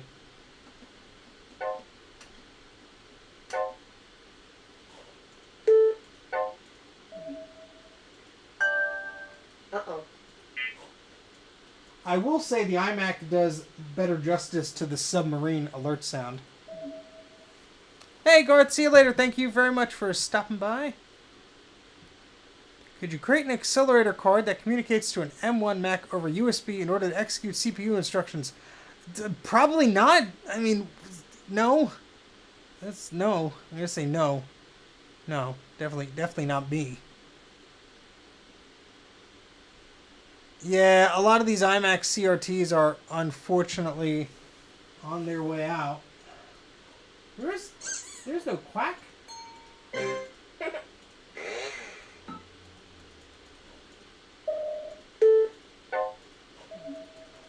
Uh-oh. We got no quack on here too. Gee, well, we gotta rectify that. But okay, all right. I guess do I really want to drag out that printer from the garage? No, I definitely do not. But I don't know what else to do at this point. Does this even have drivers for that? LaserWriter 300, LaserWriter 8. I guess that would be. Yeah, I guess that would be whatever it's talking to over that. Let's see what else we got in here. We have Adobe Acrobat.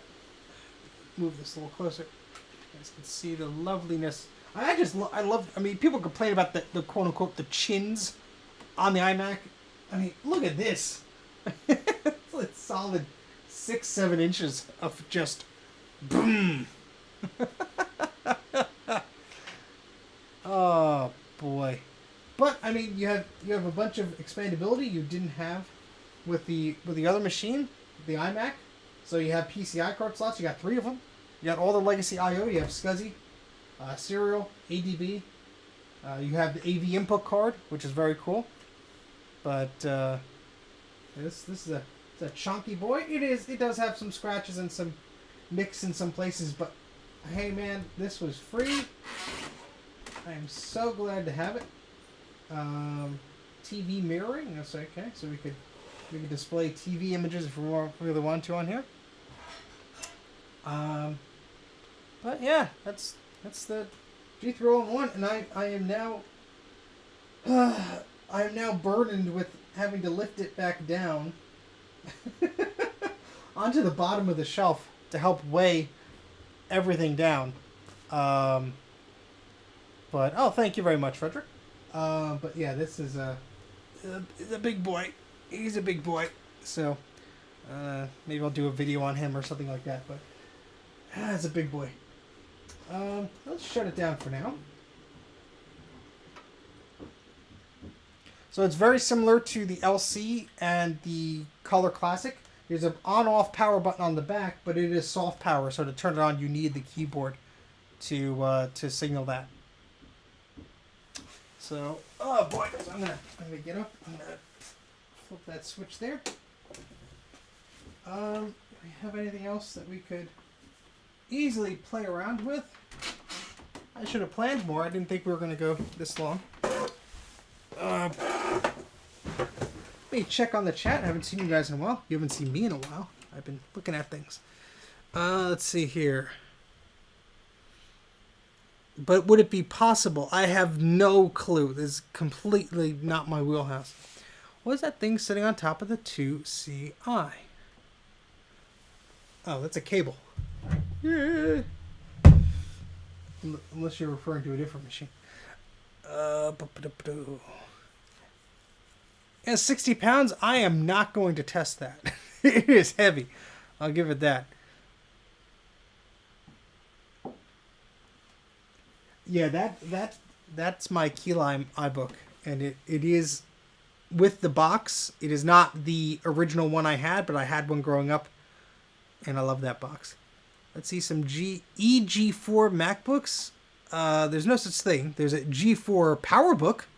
There's no G4 MacBooks.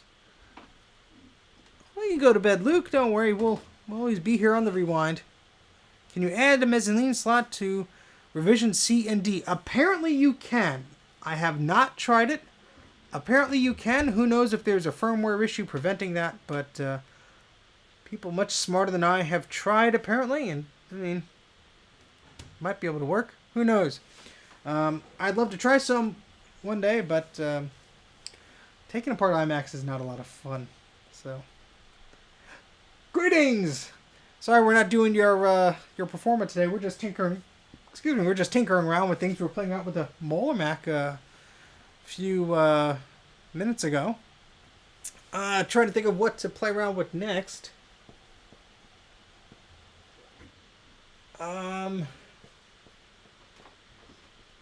I guess we'll do that printer. Gosh darn it. Yes, there are floppy ports and ADB ports on the iMac. There are headers for them. So the iMac G3, I think all the way up to the revision C or D models, does have the floppy drive and the ADB headers on them. The floppy drive will only work under certain circumstances depending on the ROM and the operating system you load, but the ADB port technically works. I could back up the hard drive, but I have no machine that could back it up on this side of the basement. BOS stuff. I would love to play around with that. I just have not had the chance to. Oh, good night, Will. It's all right. Good luck with your computer. Let's see. Do I even have a Be Right Back screen on this laptop? I don't think I do. Oh, I do. How about that? I don't think I have the music, though. Yeah, I do. I think so. But, okay, so I'm going to put the Be Right Back screen up. And I will be right back. I'm going to try and get something else we could play around with. And, yeah, so I will be right back.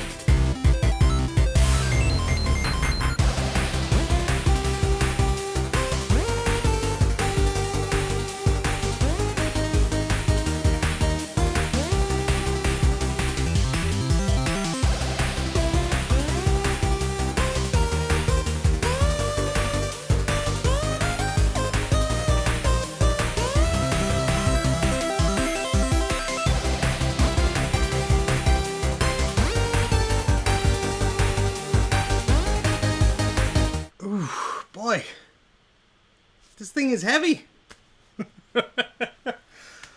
Why is it everything is heavy today that we're playing around with? I mean, not as heavy as the CRT monitors, but it's heavy.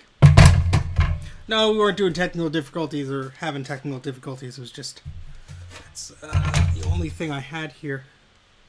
The only thingy. Anyway, I do not have a Flower Power or a Blue Dalmatian. It'd be nice to have, but don't really need any of those.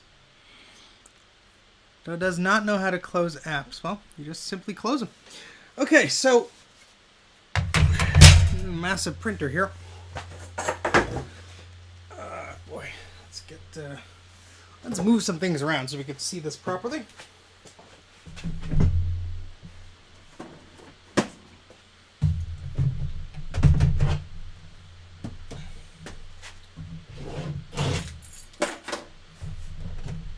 Oh God, everything's so heavy today.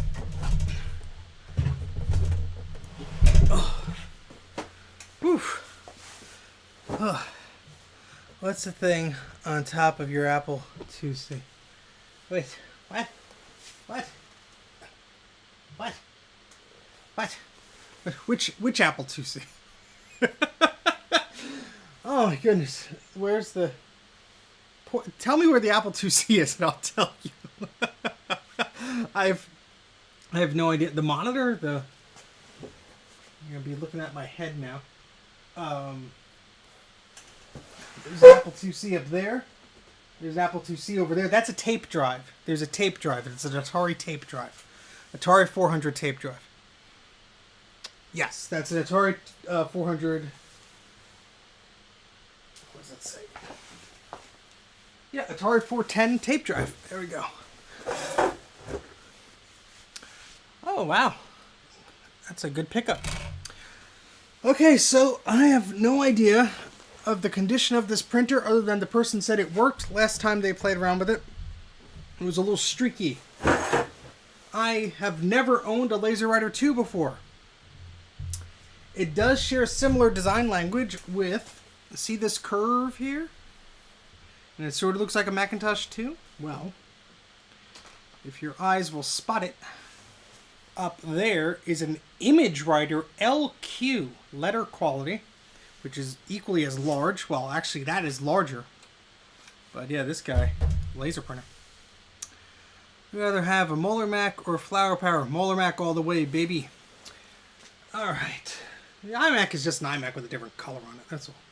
So I have no idea how this thing operates. We have paper trays, so I assume... Hey, how about that?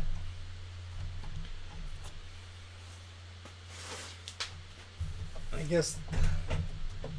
Oh, you could feed it out this way. There's a twist tie in there. Get that out of there. Oh, that pops this open. Hello.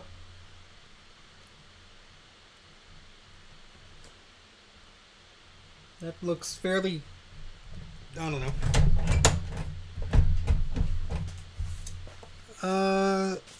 The ports are on the back. Oh my goodness, this thing is just so dense. There's a lot of dust on this thing. We have a power socket.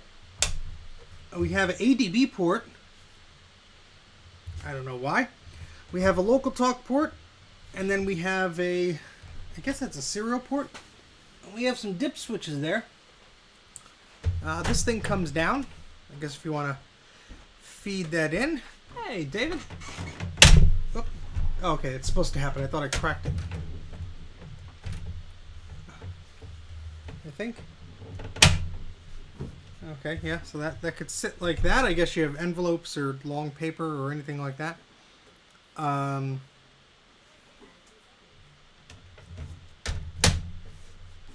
Okay. There's a lot of dust on this thing.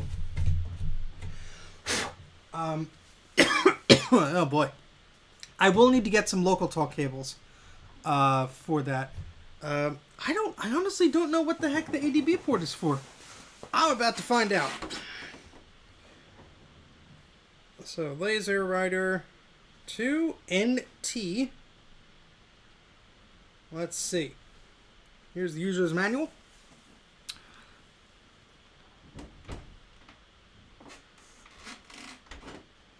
Oh, this is like the text version of a user's manual. I don't want that. That's the specifications.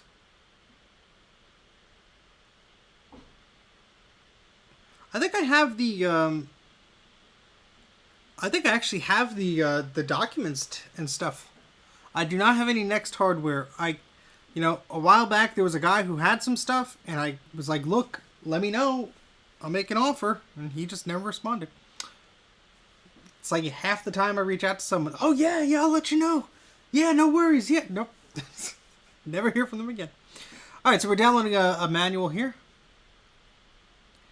Let's see what it says under ports, because I'm very curious.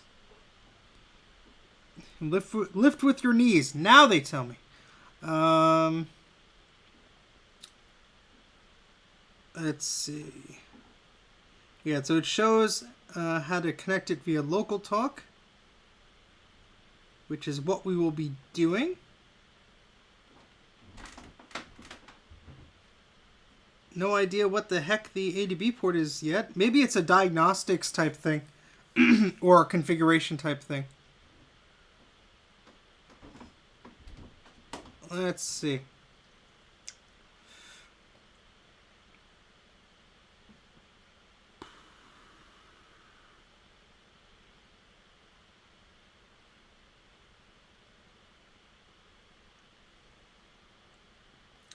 Sorry guys, just looking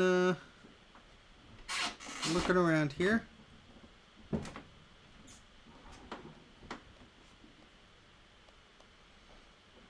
Let's see, troubleshooting and maintenance. The ADB port might be for maintenance, who knows? So far the manual doesn't state anything about it. Doesn't even tell you about its existence. Just like the LQ has a weird port on it too. I think it's a SCSI one. But, oh, wait. Here, hold on a second. Oh, wait. Oh, that's right. That's right. You could attach a hard drive to this. That's a SCSI port. I wonder if on the LQ, if it's the same thing. Because that looks like it has a SCSI port on it too. You can attach one or more hard drives. Increases space for font storage and font caching, but increases space and therefore font handling flexibility is much greater. Download fonts to the hard disk. Font caching is automatically enabled. Oh, that is cool. Yeah, because basically the motherboard in here is very similar to a Macintosh. Maybe that's why there's an ADB port on it.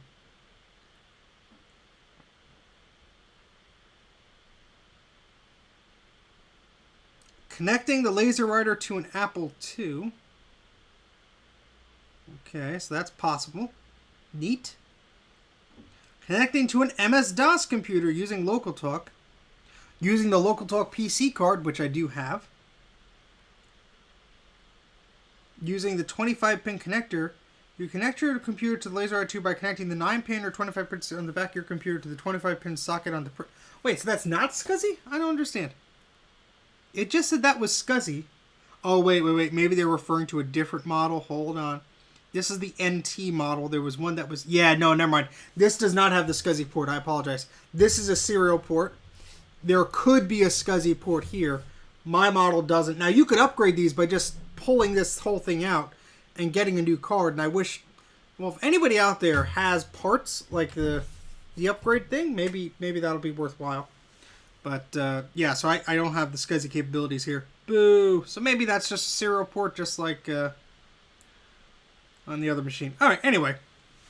Let's see if this thing turns on. I've been looking at it long enough. Grab a power cord here.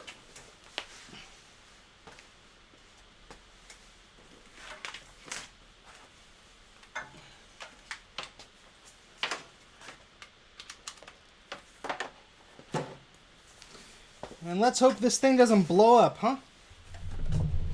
Oh, boy. Hey Dana, how's it going? Yeah, this is the 2NT, not the 2NTX. This is the middle of the road one, so I don't have the SCSI port for it, unfortunately. I'm sure I could find it. I don't think the ADB port will make this a typewriter. I don't know why. Hope you don't get two flashing red LEDs. I hope so too. So this printer came from the same person who gave me the SAD monitor. So hopefully we're not O for O here. Let's plug it in and turn her on.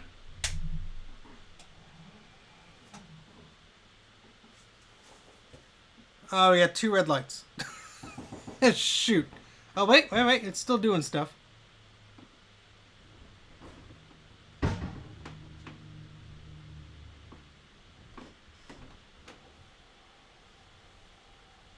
So we got a paper jam light that's blinking.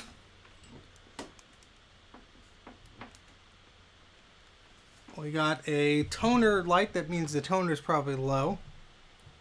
I like your new fax machine.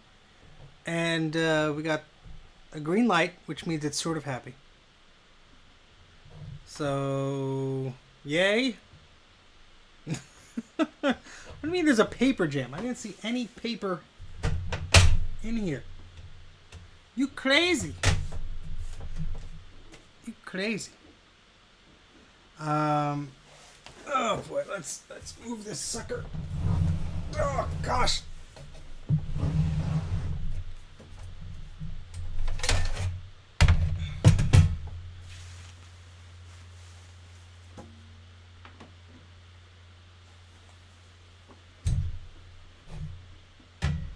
I mean, I see a lot of dust. I don't see any paper. Is it safe to just turn this, do this? I mean, it's making different noises now. There's twist ties in here. Somebody left twist ties in here. That's good. There's a paper jam thing. Let's turn this off. There's a freaking twist tie in here. Right there. That's not supposed to be in there. What other goodies are hiding in here?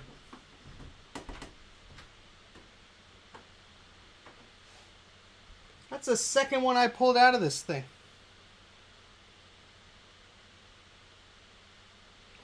I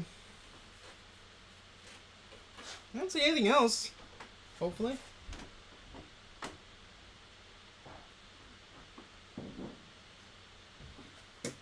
Oh, is there no toner in this?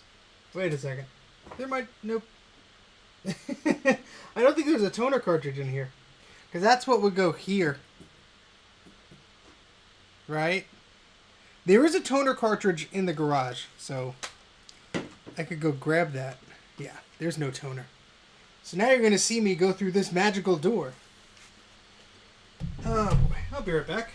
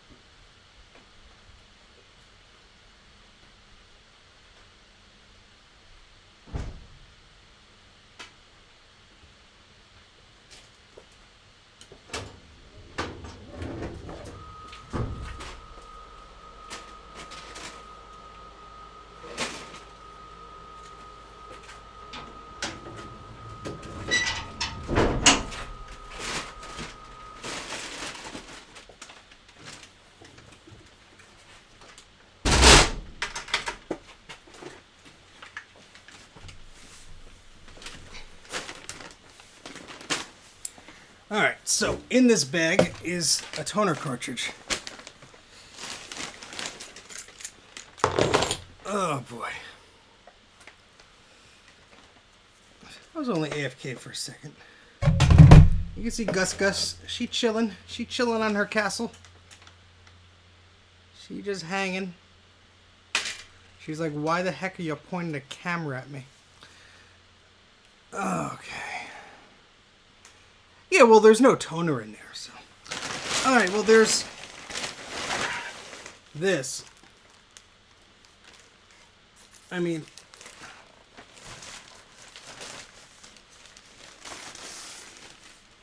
I have no idea if this is good, if it's bad.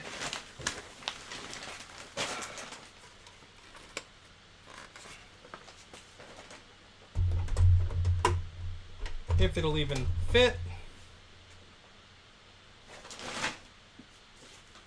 Oh, so this...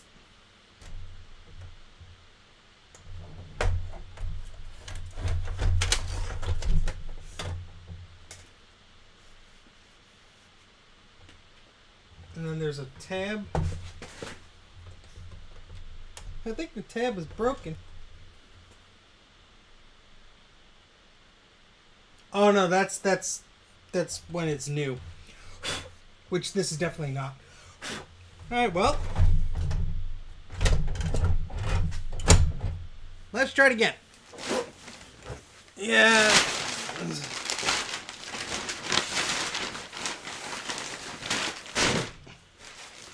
Yeah, there's black powder in it. I'm sure that's good to breathe in. That's no ordinary rabbit. And my cameras again. Hold on a second, guys. Sorry. Okay, cool. You owned the NTX before. It uses Apple Talk. Yes, it does. Oh, yeah, look at that black powder. Oh, that's lovely. I'm going to just pretend that didn't happen. Let's turn her on again, huh?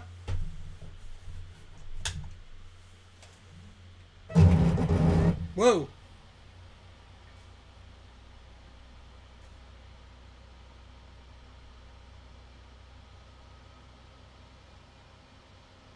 So it made different noises.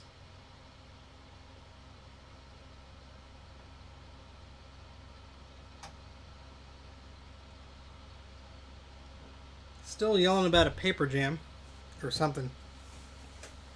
Maybe jammed gears. Who the heck knows? Maybe stripped gears. Maybe it's busted. Maybe it's broken.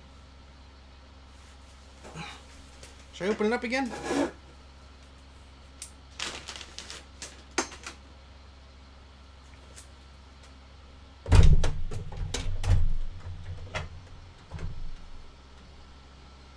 There's a wee bit of powder that has got itself all over the damn printer. So this needs to be fixed and cleaned, and probably not going to work good because that's not supposed to be leaking like that, I don't think. Yeah, that ain't good. That ain't good at all.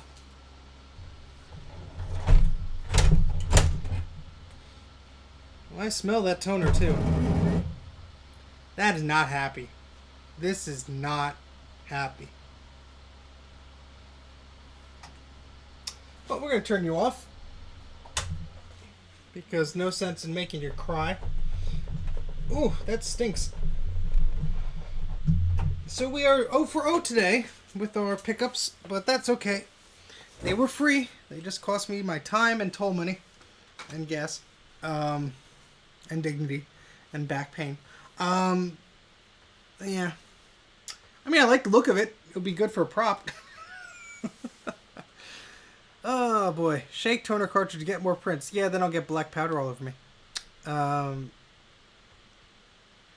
Yeah, I'm sure this thing needs a lot, but I need to learn more about this before I just go tinkering around with it, or we'll be here for another 8 hours, and I got other stuff I want to do today. It's the weekend. Did you fill the paper tray? No, I did not. You might have a way in. Maybe that's what doesn't have enough paper. What's under the fuser? May need caps. Put paper in it. Yeah, I don't think it's the paper. Yeah, I think there's something with the rollers.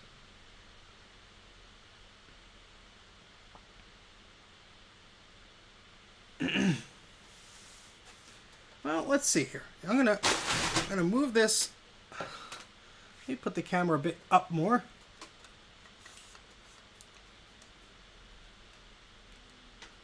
could see it a bit better.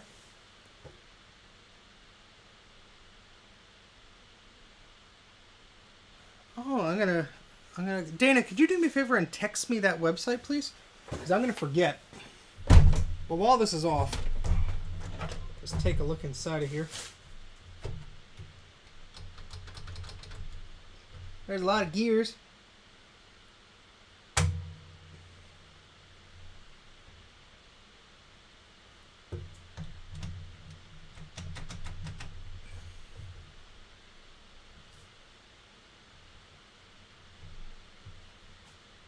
I have no idea where to begin on this. I mean, this thing was sitting in a garage for at least a few years. Who knows? Who knows? I'm gonna power it on one more time. One more time.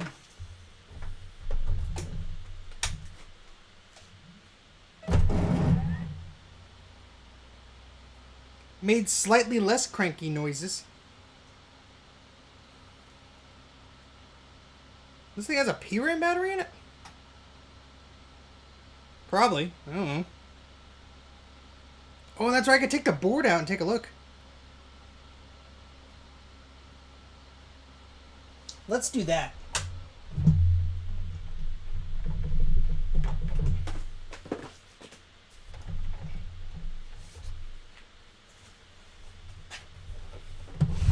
Oh, boy.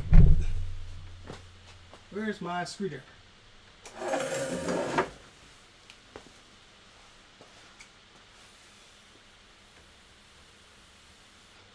Where'd that screwdriver go? I just had one. Oh, there it is.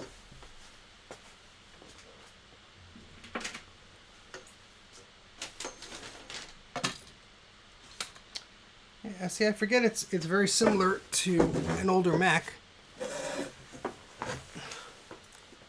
Let's hope the battery's not exploded. That would be not nice.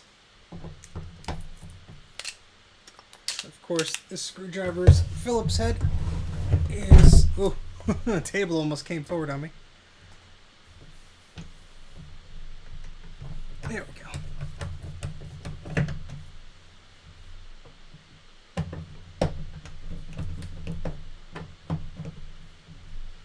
I can hear one of the bunnies snoring. Yes, there is a... This is the middle of the line one, so I think it's a slower 68,000 processor than the X model.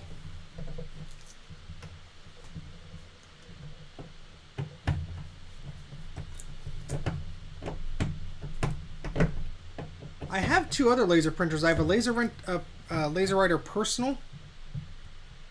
This is 300 DPI, yes. And then I have a LaserWriter, was it 360 Select or 300 Select or something like that? This is the third one.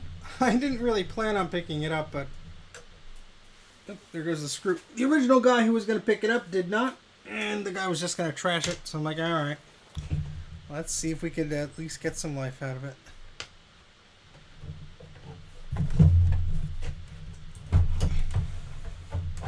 Oh, wow. That's a long boy. Look at that. That is cool. I've never seen one of these in person before.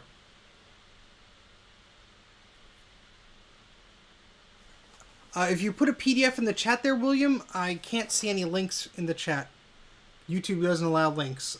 Email me at mac84tv@gmail.com.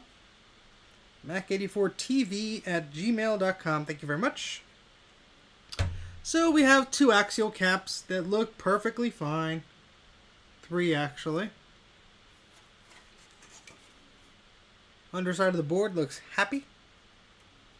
These are chunky chips. I have no idea how much memory this has, but it does say it's the board for LaserWriter 2 NT. Yeah, so that's a 68000. Yeah, it's a 68,000.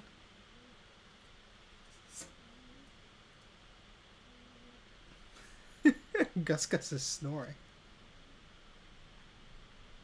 Maybe it's Olivia. One of them is snoring. It's very silly. We need close-ups. All right. This camera's not going to focus good anyway. Yeah, there's a connector here. I guess you could plug in some extension or whatever. But there she is.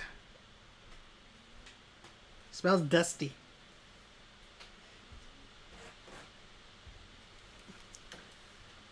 Yeah, so we've serial number is U9009189. The board number is 640-4105. The model number is M6009. Very, very cool. That connects to the top of the printer. Okay. So that goes... This gray connector actually plugs into the printer. That's how it connects. Everything else looks clean inside, actually. So that's good. I mean, considering the age. No, this uses local talk, baby. Alright. Let's put these screws back in before I lose them. Yes, and this one does not have SCSI on it. But I'd be interested to get an upgrade board for it. Then again, this thing probably doesn't work anyway. So what's the point, Steven? Just wasting money? Exactly. Welcome to Mac84. Where the heck the other screw go? Ah, darn it. Oh, there it is. Good.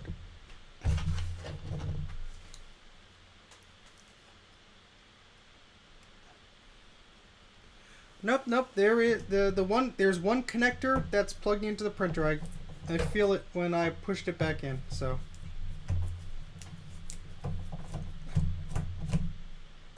We'll turn it on one more time, but I think there's something much more difficult going on with this thing, unfortunately.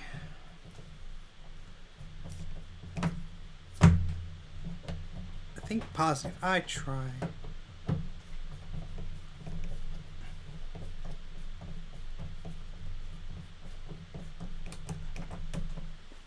Yeah, I mean, I'd have to unscrew this to get the power supply out. That thing's beefy. Okay. Oh, boy. Gosh, this is heavy.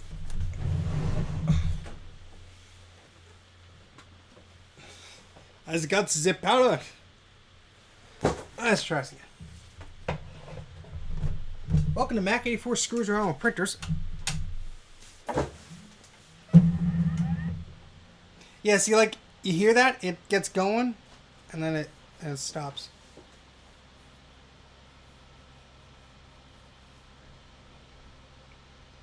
The paper tray is... It's not complaining about paper yet.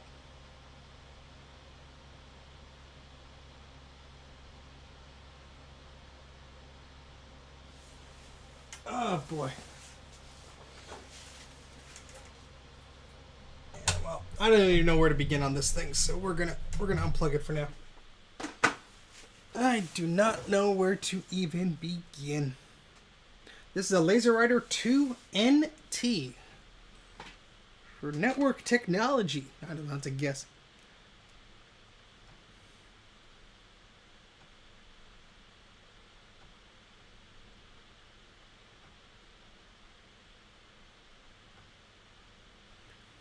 Yeah, I mean, yeah, I think Dana's right here that the rollers could be all gummed up.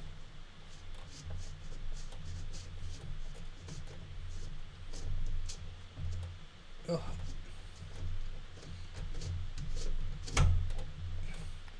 I definitely smell a bunch of disgusting things.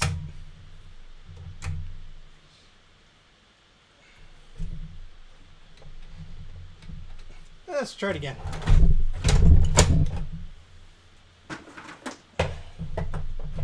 I keep saying I'm going to stop, then I don't.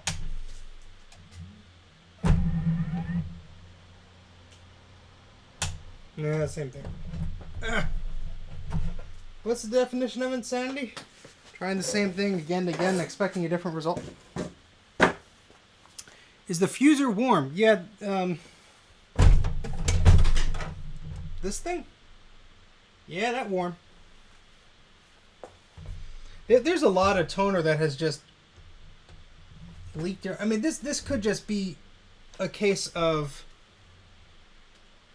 you know, a number of small things. Now, this has to be cleaned anyway. So, poor little guy.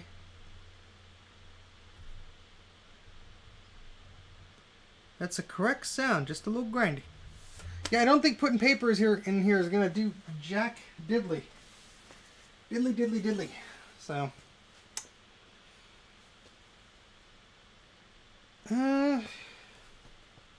don't know what else to do, honestly, at this point.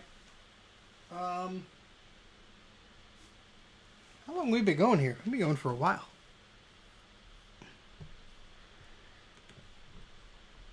My goodness, 2.5 hours.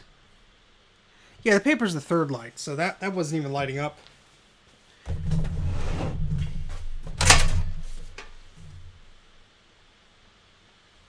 And everything looks fine in there.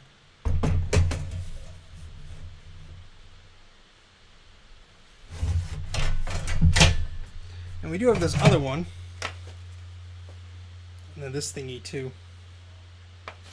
So, that's nice.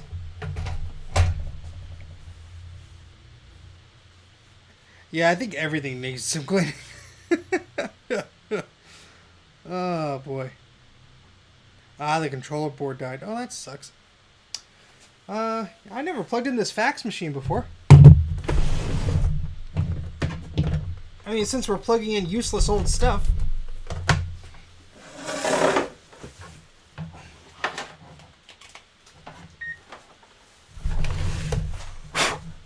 Please wait. Okay, we'll wait. I think this has a little inkjet in there. That must be how this works. It could copy stuff too.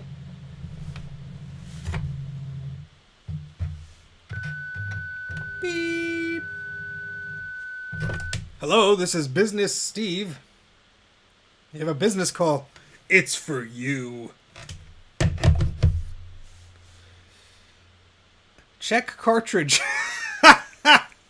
Of course. Of course. How the heck do we check the cartridge on this thing? I guess this just pulls forward.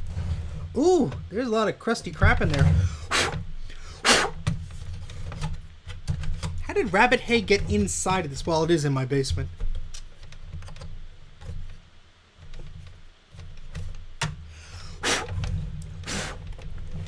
How do we get to the cartridge? Oh, it's a little laser thing. Look at that. Look at that. It all pretty. Somebody taped this.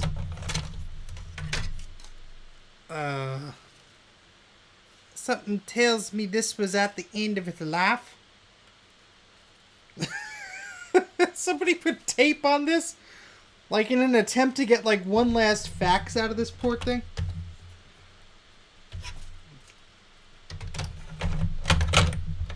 Check cartridge. I wonder why. You poor thing. You poor thing. Thermal paper. Really? Neat. It's a thermal printer. That's thermal paper. Well, it's out anyway. I guess that's what it means by check cartridge, because there's a roller up top.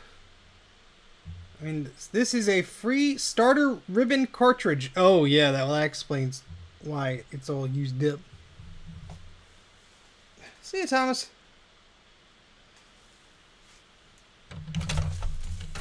Oh. It actually got stuck. Oh, I see. Somebody was probably trying to wrap it up against this thing. That's why they taped it.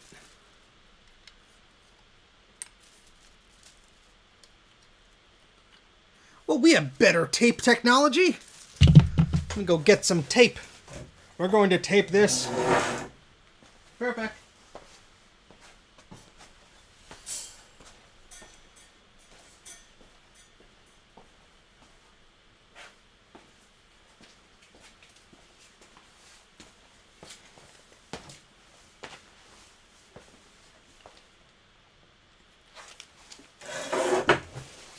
Duct tape and zip ties. The only two tools I ever use.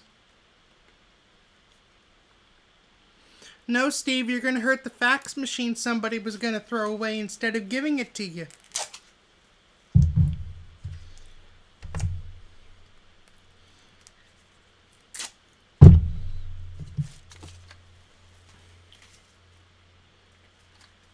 I'm going to assume how this goes. We're going to make an ass out of me and you. At Mac84, we don't read instructions. We don't even know what we do. But we keep doing things because people want to stream and blah, blah, blah, blah, blah, blah, blah.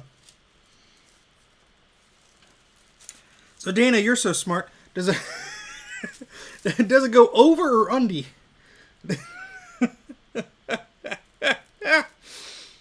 Oh, my goodness. Hey, Dana. The other Dana. Welcome. My goodness. I don't even know where to... Well, the tape is on the underside, so I would assume that it went like this and then came up.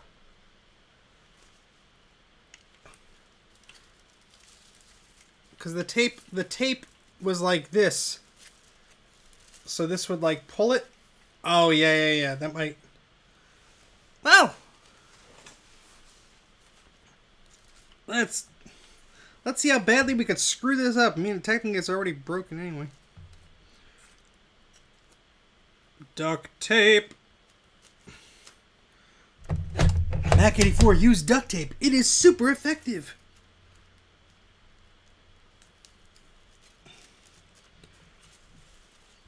Oh yeah, that is doing something now. I don't know what you missed. I don't even know what we're doing anymore. Help. Send help. Alright. How does this go in again? You shove the... Which way does the thing go? Did I put this on upside down? Maybe? Yes.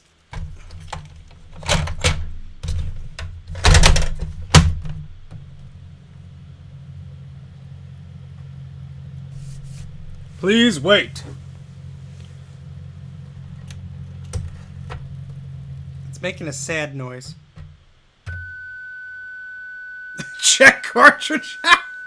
Let's see how badly we messed it up.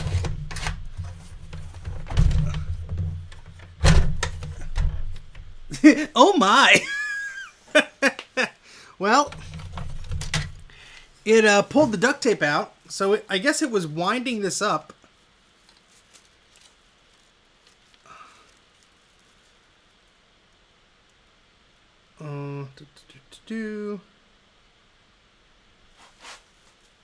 I'm just trying to figure out this instruction thing. Maybe I have to pull it the other way?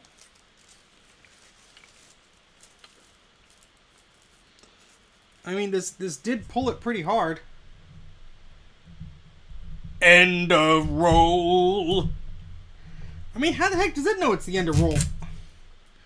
Can't I just roll it in the opposite direction and be like, oh, it's a brand new roll?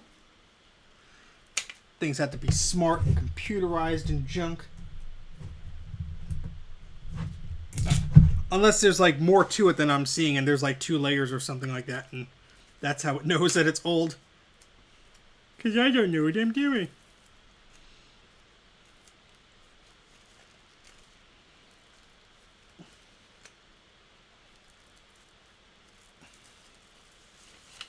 But what if I roll it the other way, Dana? Does that help it? Or was there like another layer to this that I'm not understanding how this works? Ooh, there's text on here. Transmission verification report. 2009. Oh, wow. There's all the information here. Busy. No response. That was on April 20th. 420, man. Let's see. Any other good stuff here? No.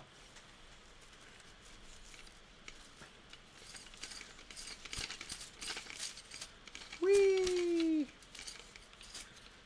It's all used it up. That's what Dana said. Dana said it's all used up. Another transmission from July 4th, 2007. Poor line connection. Oh, here's a document. Oh my. What is this? Ooh, resorts and villas vacation to such and such. To tradingplaces.com. What? It's from 2007. Got someone's phone number here. Got the email. United Healthcare, whatever the heck. Whoops.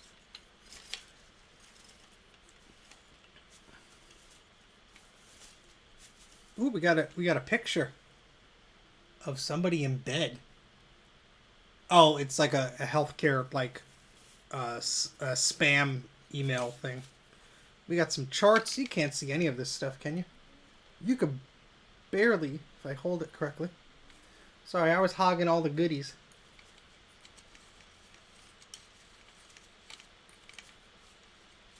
See?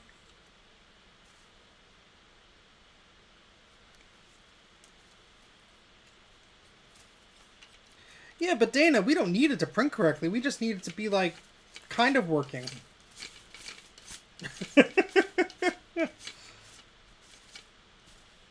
Please respond today. Time-sensitive document from such and such. Yeah, I think somebody did the same exact thing I was doing. We are asking that such and such do such and such from such and such and such and such. I don't care. Let's just try again for no reason.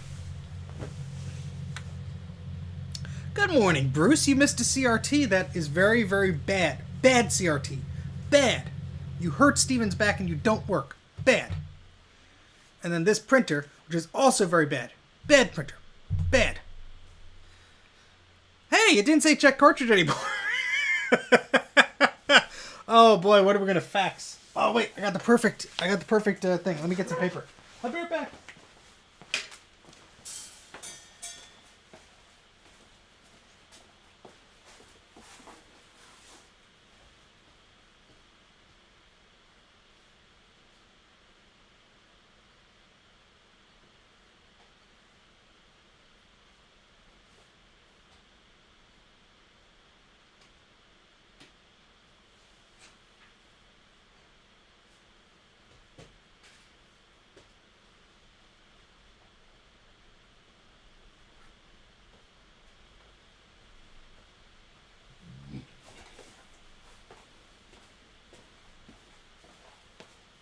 Okay.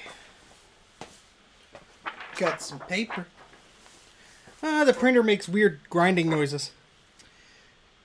So paper goes in here.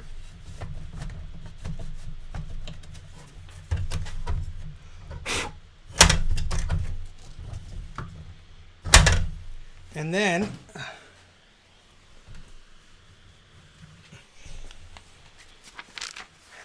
we have a perfect thing to fax.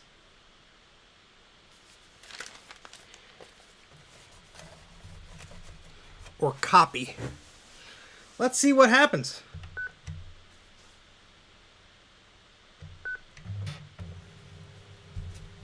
Come on, take it. Take it, take it, take it. Oh, you too thick or something? Check document. I'm checking it.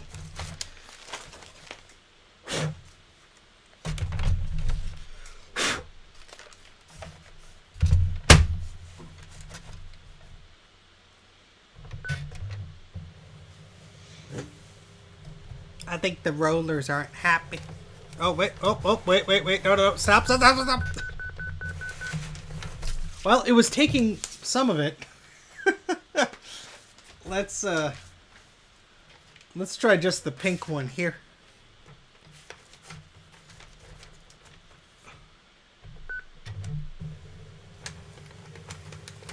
Oh no. It's coming out this way. Yeah, I don't know how Adrian and I are going to collaborate when he's on one side of the country and I'm on the other, and I'm definitely not shipping any CRTs, let alone wanting to touch them.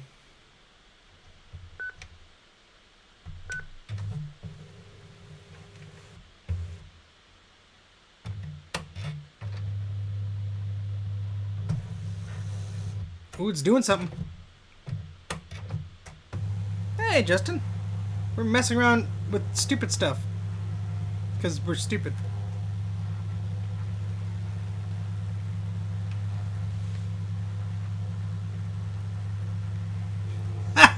It's working! It's working!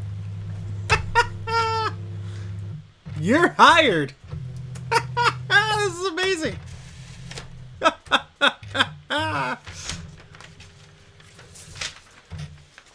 We have the power to make very poor photocopies. Oh, boy. Oh, this is great. You could totally see, like, the other letter that was, like... Oh, this is great. This is fantastic. You could totally see the other text that was, like, previously faxed inside the letters and stuff. Oh, this is great. This is great. I love it. Oh, boy. Well, that goes in the archives of Mac84. It's working. It's working. Master Qui-Gon, will my pod race win the thingy? Let's see. We got a telephone here. Got line and all that fun stuff to plug a modem into there. Oh, boy. Yeah. I mean, now Bruce is here. Now we have to do something. Oh, actually, I've never shown this off live on stream before. So let's get another printer out. Hold on a tick. Oh my goodness. We're going to have to put the Molar Mac away because it is so heavy. It's taking up so much space. Actually, no. Wait. We're going to move this printer onto the floor, maybe. Can it sit on the floor? Yeah, why the heck not? It's a printer. Hold on. Me thinking up thing of how to put thing in proper place to not hurt thing. You see just a headless person twirling around with his fat butt.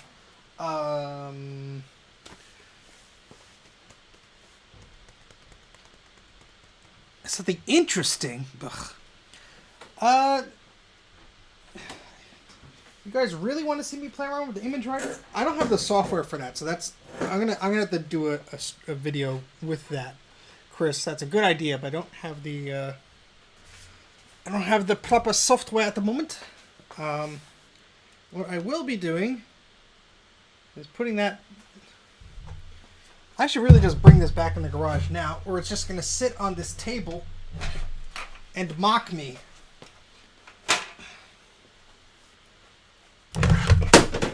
Well, hey, Joe. Let's hang out and watch some faxes. Joe, were you here for the fax? We got faxes. Well, we got a copier thing, but read the thingies from the peoples. Thank you very much for the kind words, Joe. All right, so I'm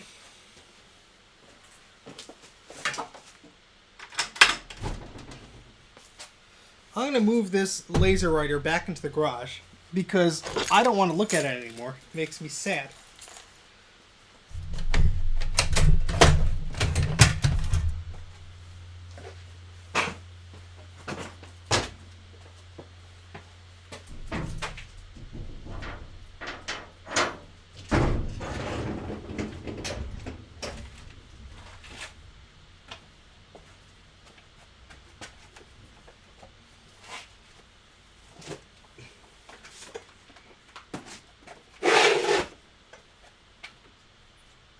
He went out the secret door. Come here, you silly printer. Oh my god, you are heavier than the CRT. I swear that 2-page monitor doesn't weigh as much as this thing. I'll be right back.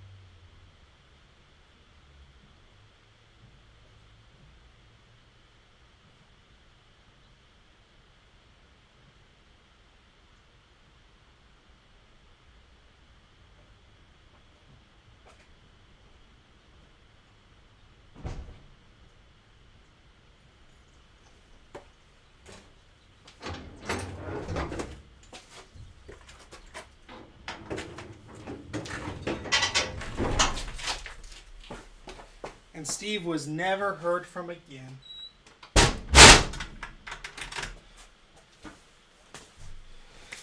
Oh, what'd I miss? It just doesn't go. Exactly. It's bright in the other room. I know, there's that sun thing. Oh, boy. He's been here for 30 minutes. Good.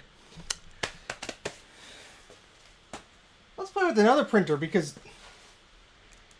I'm controlling the show and I get to choose the stupid things we do.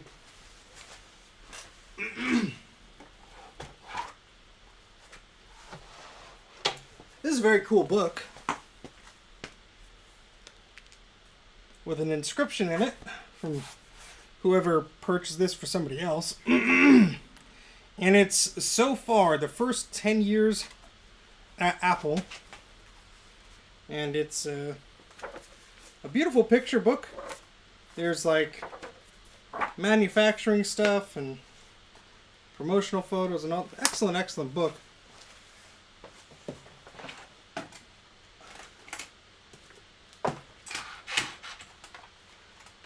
He's taking things off the shelf. He's a madman. Stop him.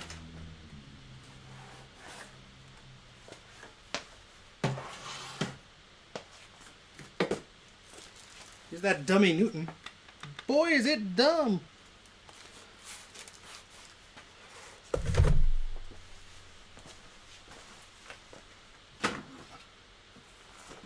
Here's the biggest AB switch box ever. Look at the size of this thing.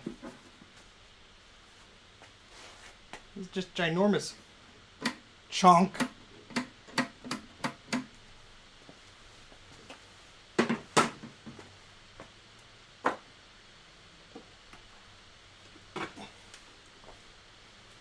The cube over here for safekeeping for a moment.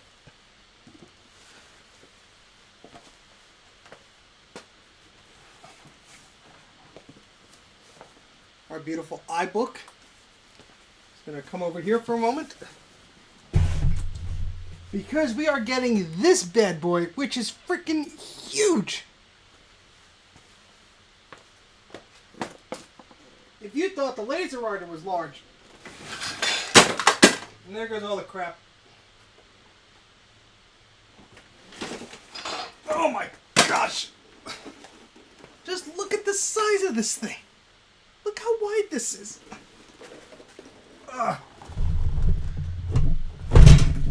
Oof. Let's pick up whatever fell. Oh no, my cell phone fell, man. How am I going to make calls anymore? So behind that printer, just to show you how deep these shelves are, we have a grape iMac and a snow iMac. That is how deep these shelves are, ladies and gentlemen. Yeah. Who hoards Mac stuff? Steve hoards Mac stuff. Okay, so let's put the iBook back where it belongs. Its coveted place on the shelf.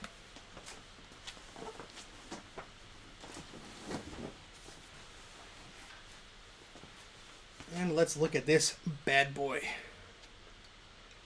I mean, get some sexy camera work here. Look at that! Look at this ginormous printer. Look at it. I mean, my goodness.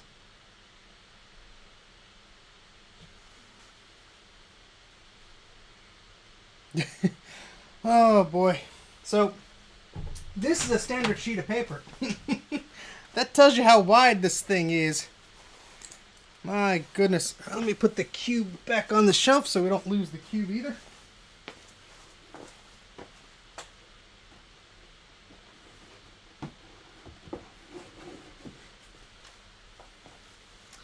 And I guess we're going to have to bring up a Macintosh to play around with too. Could move our fax machine back to the depths of the floor.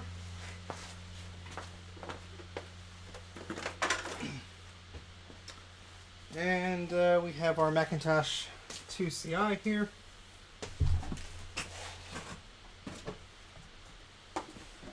And a portrait display right behind it.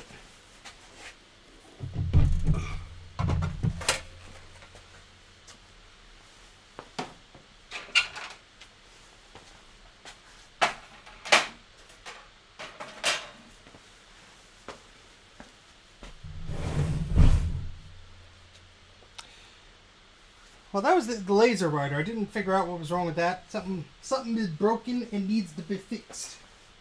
That's as much as I got right now.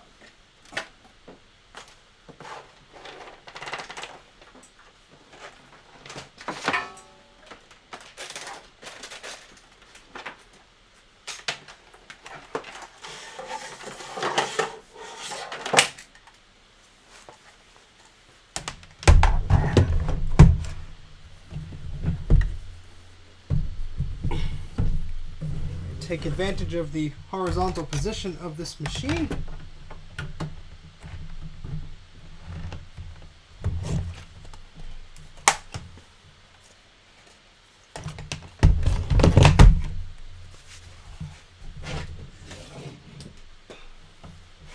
Plug our portrait display back in because, yeah, we're going to use it.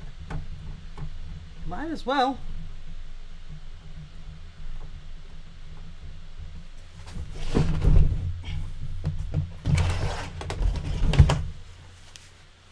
Sure, it's in front of the camera, sorry. Make sure that portrait display is plugged in.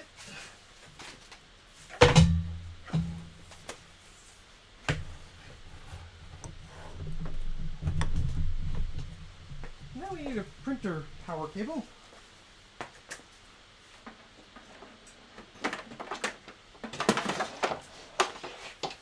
And ladies and gentlemen, this may be a bit loud. You have been warned. Why is the power cable all the way on this side?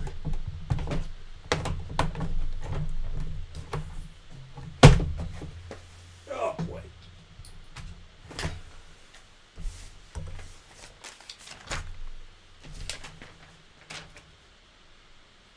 There's a switch on the side, I think.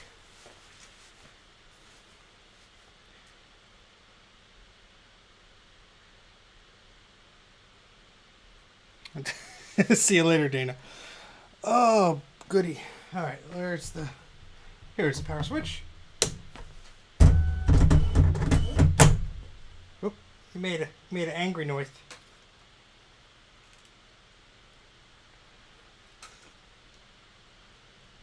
All right, do we have paper?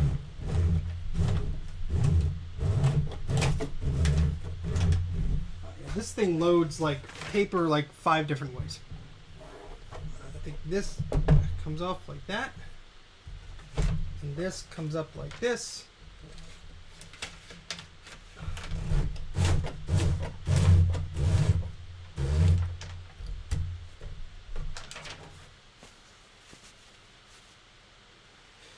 No twist ties this time, thankfully.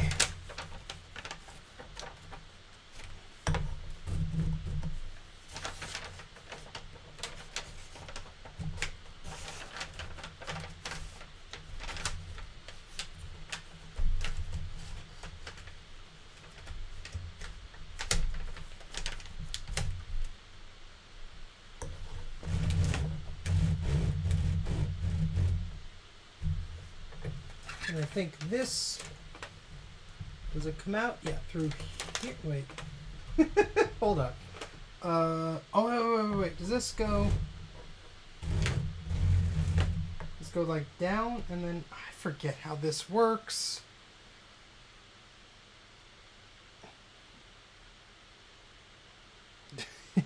Yes, Snow White design is the best design. Oh boy. So the paper comes in through, yeah, it like pulls the paper up. It's very strange the way it does that. And then you can have the paper go through, yeah, here.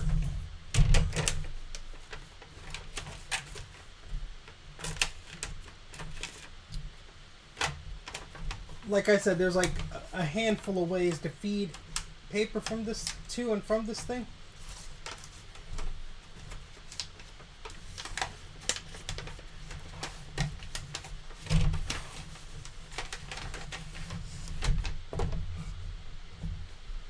So that's like one way. I mean, this is just in beautiful shape. This printer itself is in great shape. So let's turn on that display and boot up this Macintosh. And I'm going to need a serial cable. So let me go get one.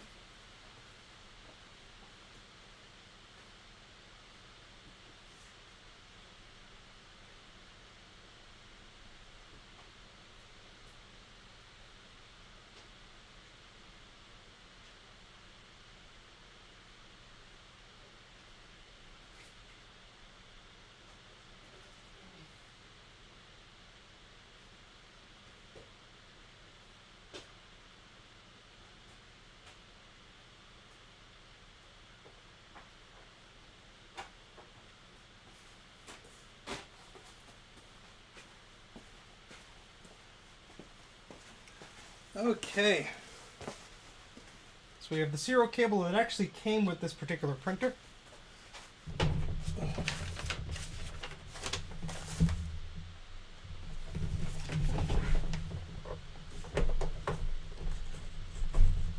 At one point there was likely functionality to add SCSI capabilities to this printer, or reuse this in a sense maybe for LaserWriter or something. Because there's a bay over here with SCSI ports labels on them, but there are no SCSI ports on there. So who knows what Apple was thinking? Let's plug this into our Macintosh.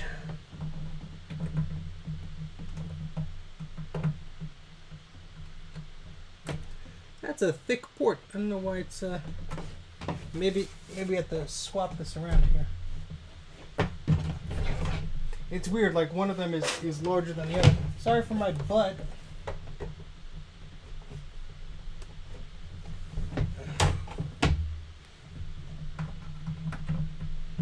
Alright, let's turn on this Macintosh. Oh, I get to sit down finally.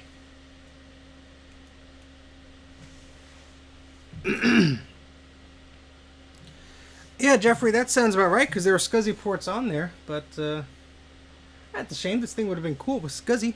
SCSI. Yes, this is the larger, harder to find behemoth of a printer. This is the LaserWriter LQ, stands for letter quality.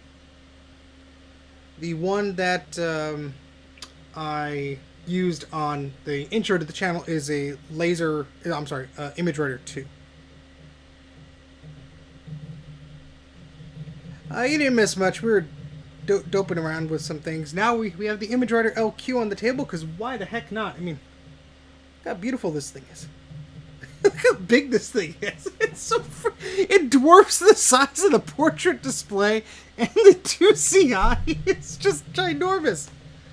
It's wider than this 20-inch CRT by my feet.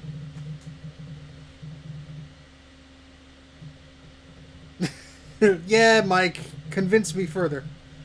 This is a, what is that, a 27-pin dot matrix printer? It is a silly high-quality dot matrix printer.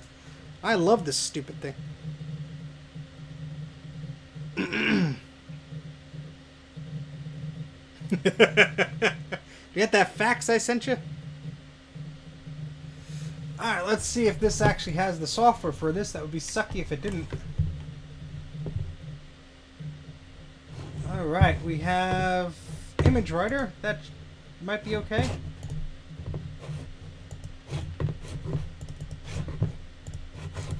Yes, yes, yes. Let's see. Word processing. Thank you. ClarisWorks. ClarisWorks 3.0.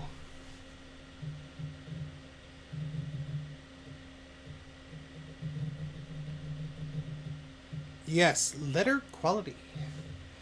Show me a tour of ClarisWorks. Now let's just create a document.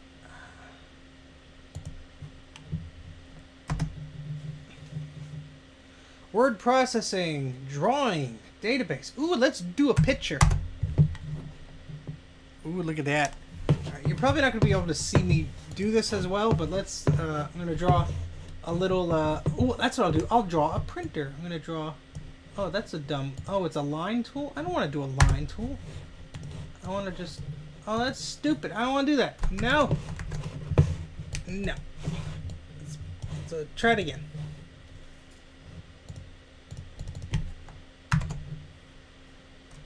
Painting, that's what I know. Not drawing, painting. I always got those confused in ClarisWorks. Thank you, Mr. Claris. Alright, and much better. Alright, so let's, you want a, how do you do a thicker line here? I forget. What's the pencil? No, we want the paintbrush. No, the pen, oh, there it is. There's the paintbrush. Whee! Okay.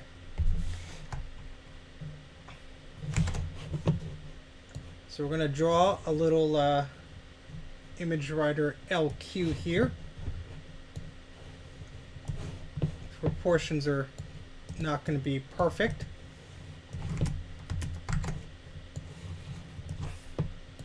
I don't even have a mouse pad, but I assure you this will look okay. So we're doing sort of an isometric view here. Mac84 draws with the mouse live. So this sort of curves up there and then comes down, and this sort of comes out, and sort of goes back like that. We have this big knob thingy on the right, and this sort of comes out like this, and that sort of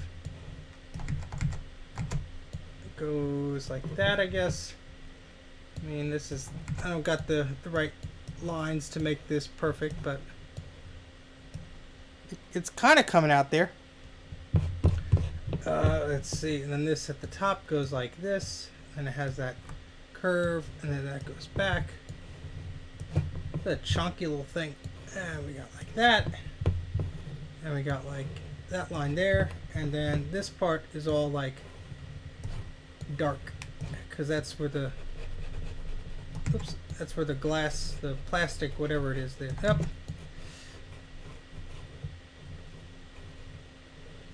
Okay. We got our little Apple logo there, and then this part of the plastic goes like this, and it curves. Oops. Yeah, that's not bad, I'll say. I'm going to press save as the hard drive chugs away. Listen to that chunk on the keyboard. And We're going to type the words LQ for letter quality.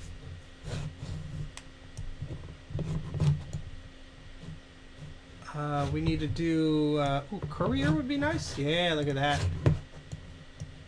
LQ. I mean, look at... That's not bad, is it? Look at that. It purdy. Oops. Yeah, I guess that's a good test. And let's put the date here, I guess. Today is June 13th.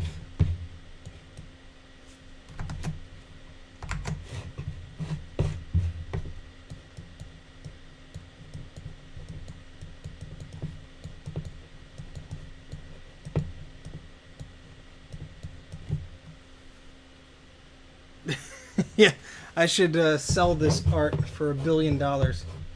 Alright, so let's see if this thing will actually print. You might need a different driver, but...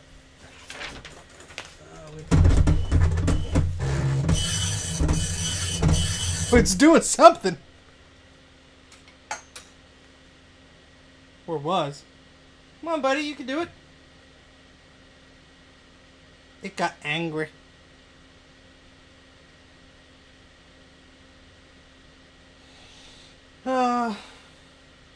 We might not have the right driver. Methinks you may not have the right driver installed. Or this machine's just very slow. Yeah, the printer's not responding. Yeah, that's what I thought. I'll try one more time.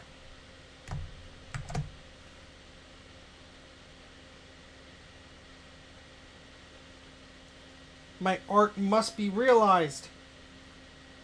It must be. That's not jammed. Cancel. Let's see what it did.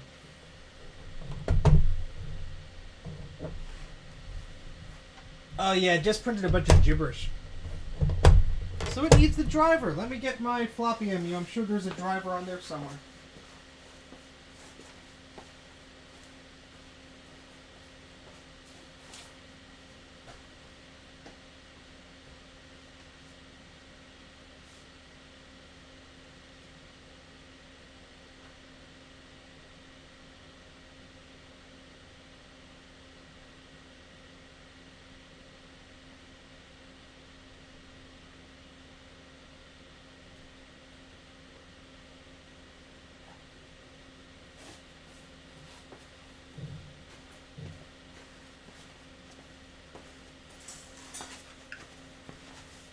All right.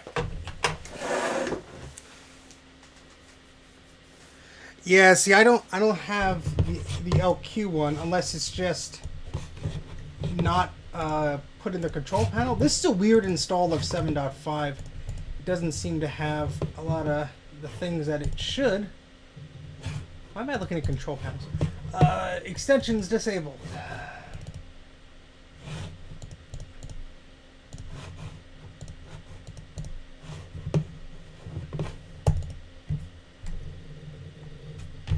Well, we got AOL installed. Is that good enough?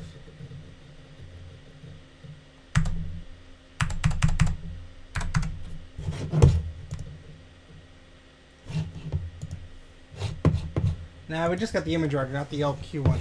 Alright, so let's shut her down. And plug the floppy emu in. Yes, I could do the test print.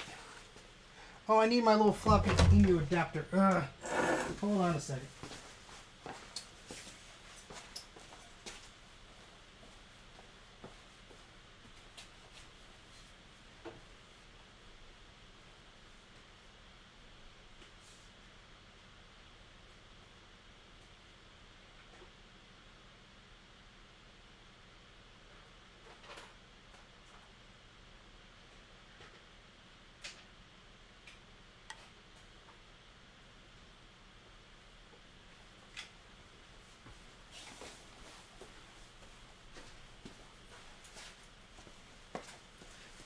And since we're gonna look at this anyway, I have my blue SCSI here.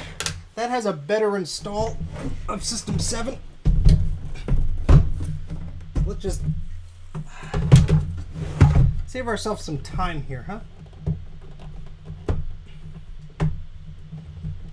Let's unplug the old hard drive. Plug in our blue SCSI adapter. These things are fantastic. Go to SCSI, no. SCSI.blue is the website. I should have grabbed a longer SCSI cable, but I'm impatient.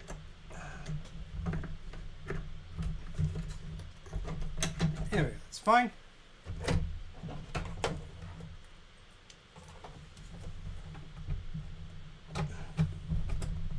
Alright. Oh, there we go. Yes! Oh, that's right, my beautiful drawing. Well, I have a plan for that, actually. I have a plan. So, I'm going to boot off the blue SCSI, and I'm going to go to an image file, a blank image on here, and copy over the LQ thingy. Well, you'll see. You'll see what I mean. I'm darn.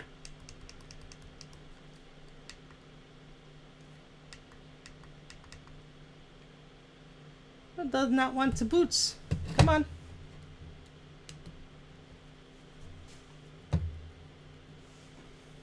There we go. Oh wait, it's booting off the floppy? Well, alright, well, we'll see what happens.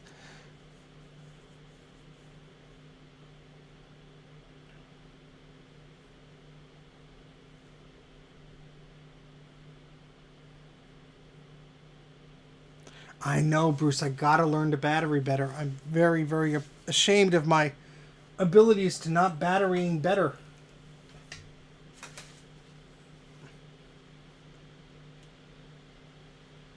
Yeah, it's booting off the floppy, Amy. Maybe I took the, no, the card's in there. Well, we'll see what the heck happens.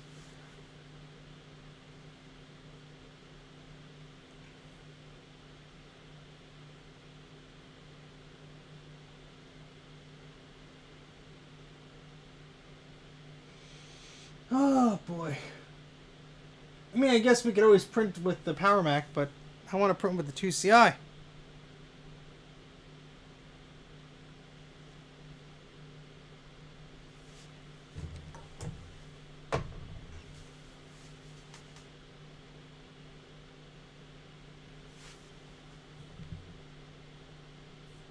I will not eat batteries. Thank you very much for the pro tip.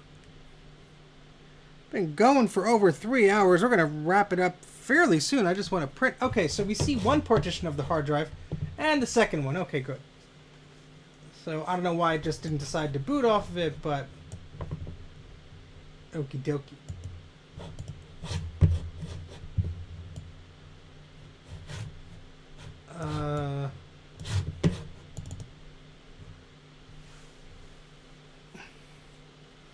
We are working on an Imagewriter LQ. We're just trying to get it to print, and I booted off the wrong thing. Not Philly. So, just use the startup utility here.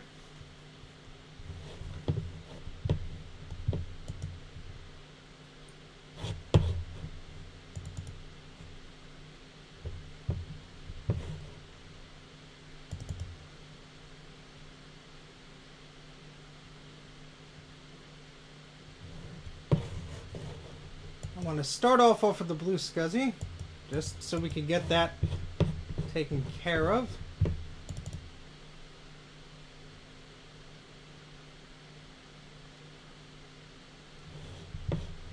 I think storage was the new partition I set. Yes, I know it does the floppies first, but I didn't see. I had this set to blank 1.4 megabyte disk.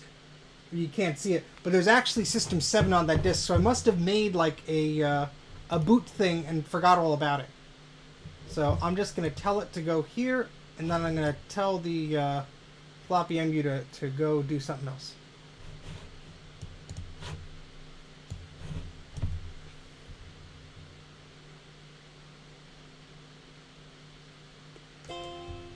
Okay, so the floppy MU is just sitting there. It's not, no images loading up.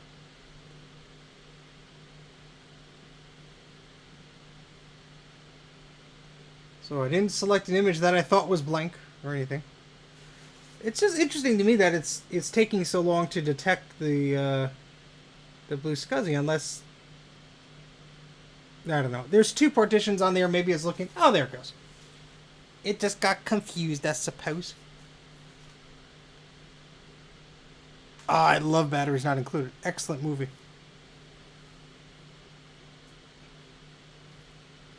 So this is 7.6, I believe, we're booting into.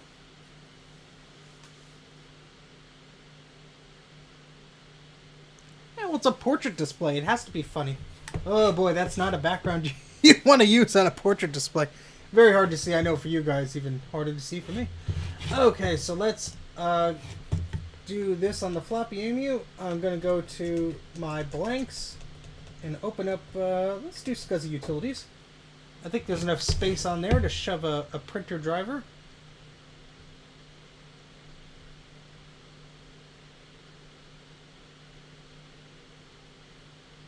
Maybe. It's thinking about it. Yeah, it's a monochrome guy. Okay, we have 500K available. That should be plenty. So let's find, hopefully the extension's in here for the LQ. If not, this was a useless trip.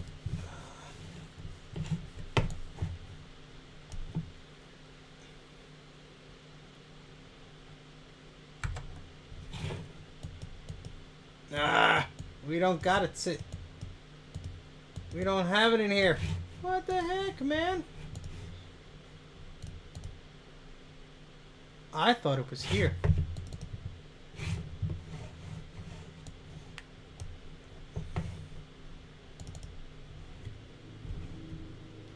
I have two system folders on here. Let's see if it's in the other one. If not, I have a plan. No, Apple did not make any color portrait displays.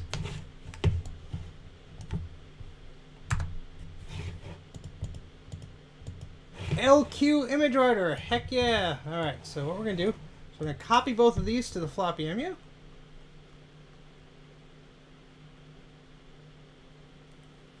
To that SCSI Utilities disk here.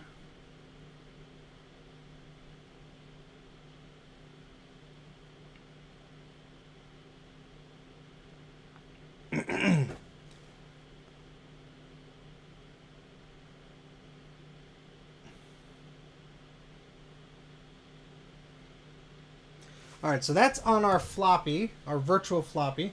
So if I shut this down and I plug in the spinnering hard disk, we should be able to just copy that extension to our extensions folder. We should be all good. So just waiting for the floppy EMU to stop what it's doing. It's taking its sweet time, but that's okay. Okay, so we're gonna shut down.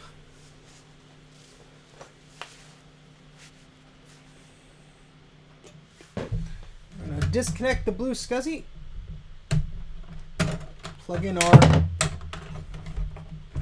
our normal SCSI drive. The old spinner girl. It still works.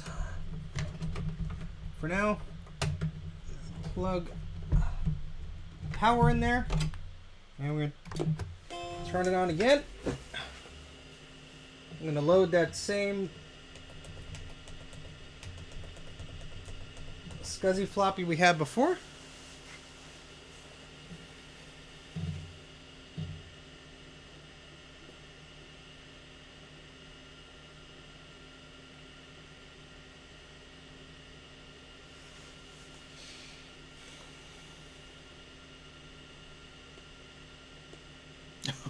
Oh no, Bruce. You silly man, you.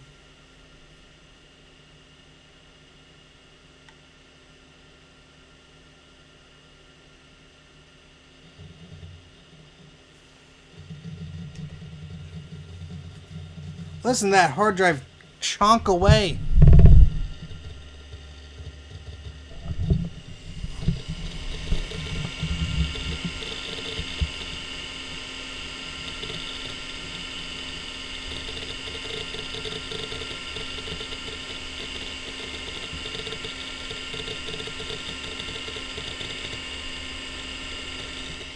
That's a chunky boy. Nice and crisp.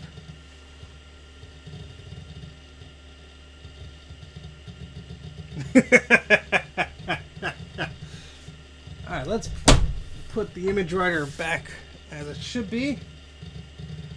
Imagewriter, just such a cool name. Hey, NK Morpheus. I do have a blue SCSI. I was just using it. You silly. I like the chunky. Alright, so we have our SCSI Utilities disk open. And we're going to drag my drawing to that virtual disk so it's forever saved.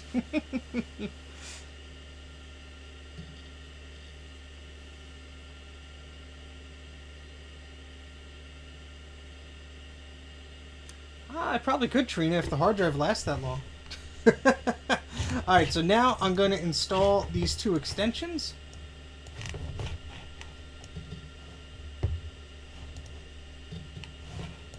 Put those in the extensions folder.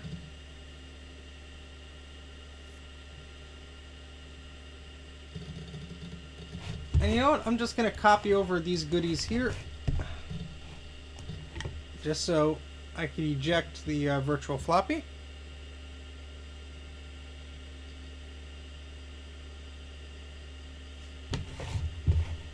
Look at this. This must be an add-on to 7.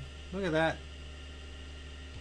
Somebody has a little get info thingy as it's copying along with the time elapsed, and that's really cool.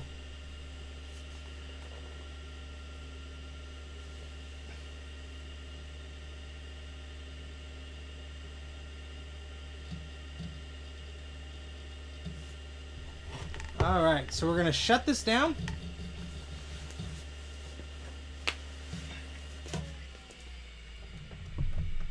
Let me adjust the monitor just so it's a little more straightforward for you guys. So the floppy emulator is disconnected.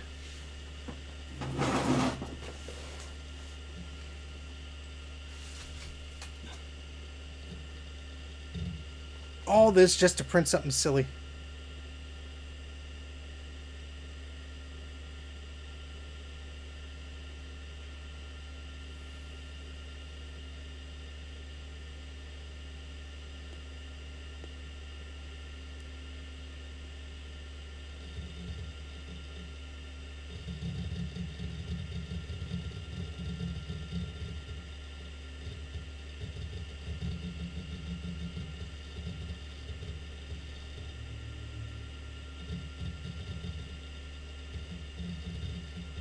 Well, thank you very much, Scarlett. We have to give this Imagewriter LQ the star treatment. I picked up this particular printer months ago, sometime last year, and the guy was selling a Macintosh SE with it. The SE actually worked as well.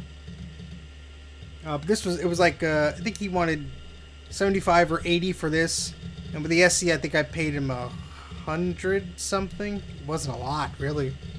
I really just went there for the printer, but he had the Macintosh SE just sitting there in a box of software, so I'm like, alright, twist my arm. And his SE worked great, so. Alright, let's go to our chooser.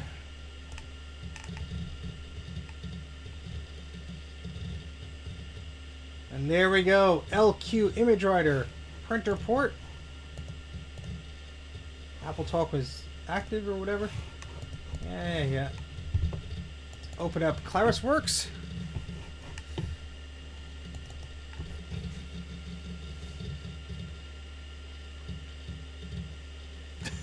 Let's push the select button here. Whoa, whoa, whoa, whoa, whoa. What are you doing? What are you doing? Stop! What the heck are you doing that for, you silly printer? No one's giving you instructions. Let's turn you off and turn you back on. Maybe it still had crap in its memory. You silly printer, you. Alright, here's my masterpiece here. We're going to turn the printer on. Alright, the select key is already pushed. Let's go to File and Print.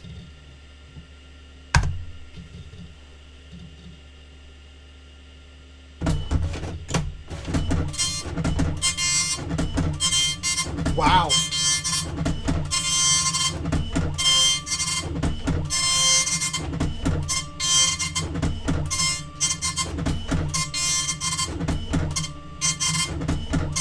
I'm trying to make you see in there. It's really cool.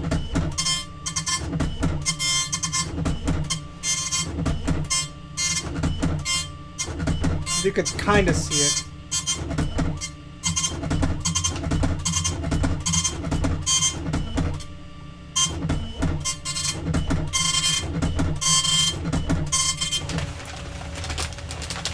No! No! We have a bit of a crinkling problem here. Oh my goodness, my beautiful artwork. Forever tarnished. Oh my! Oh gosh.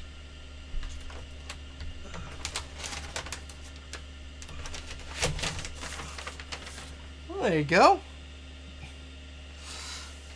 Oh, that is pretty darn sharp. Really? It is. That's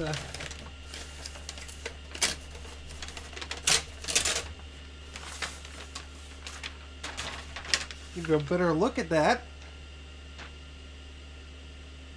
I mean, hey. Yes, it probably is, Bruce.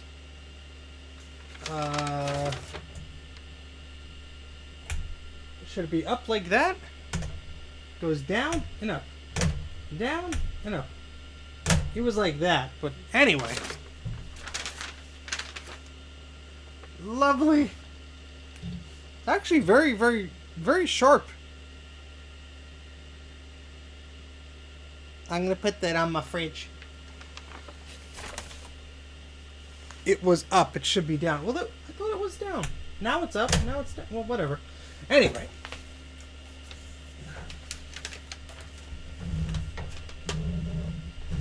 It doesn't help that the paper is slightly, like, skewed.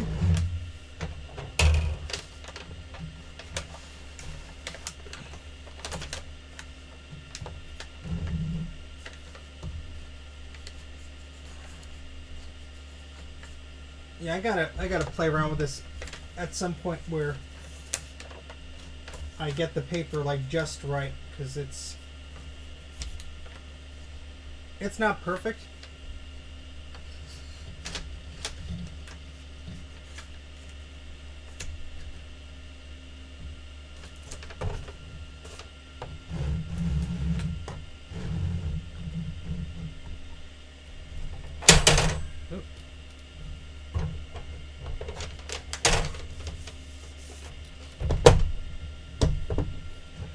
Oh boy. Well, I think I proved my point there. Ah, okay. Yes, it must have moved around there. All right. So let's I think we're done with this for now, so I'm going to quit this. I'm getting pretty tired. Probably going to wrap it up now. Been playing around with this stuff for over 3 hours and how long? 33 minutes. My goodness. My goodness, my goodness, my goodness. Let's see if the other camera wants to work now. Yes, it does. Let's just adjust it so I don't look as disgusting on the television. Okay, so we played around with this behemoth of a printer. Try it again. No. I want to. So actually, they made a thing for this printer. I don't think I'm ever going to find it, but if any of you guys find it, there was a thing that lifted it up that allowed the paper to work. I could probably just put wood under it to do that. But I want to do a scripted video about this printer because I think it's so unique. And I took it off the shelf, so I might as well do something with it. But it is a beautiful little printer. It is beautiful design. Yeah, so I think I'm gonna wrap it up here. I'd like to thank everybody for all the super chats and such. It's been a lot of fun. It's a shame that this monitor under the table here didn't want to work properly, but looks like I have 2 CRTs to try and fix. So how about that? But I hope you enjoyed some of the tinkering around here and playing around with stuff. And yeah, now it's Bruce's turn. Now I know he has to work. I'm not gonna be mean, but yeah, that's about it. Maybe I'll make this. I'll image the ClarisWorks file off of here and make a picture out of it. You guys can print it out, put it on your fridge. But print the script on the printer. I've done that before. There's let me show you before I get up forever. I made a video about my recapping services and such. And I printed out what I had to read on the printer. So yeah, these things get used. They actually do. So, alright guys, well thank you very much for stopping by. I keep looking at the screen, which is at a completely different place with the camera, but there you go. But I'm going to hit the end stream button now. Thank you very much for watching, and I'll see you right here next time. Take care.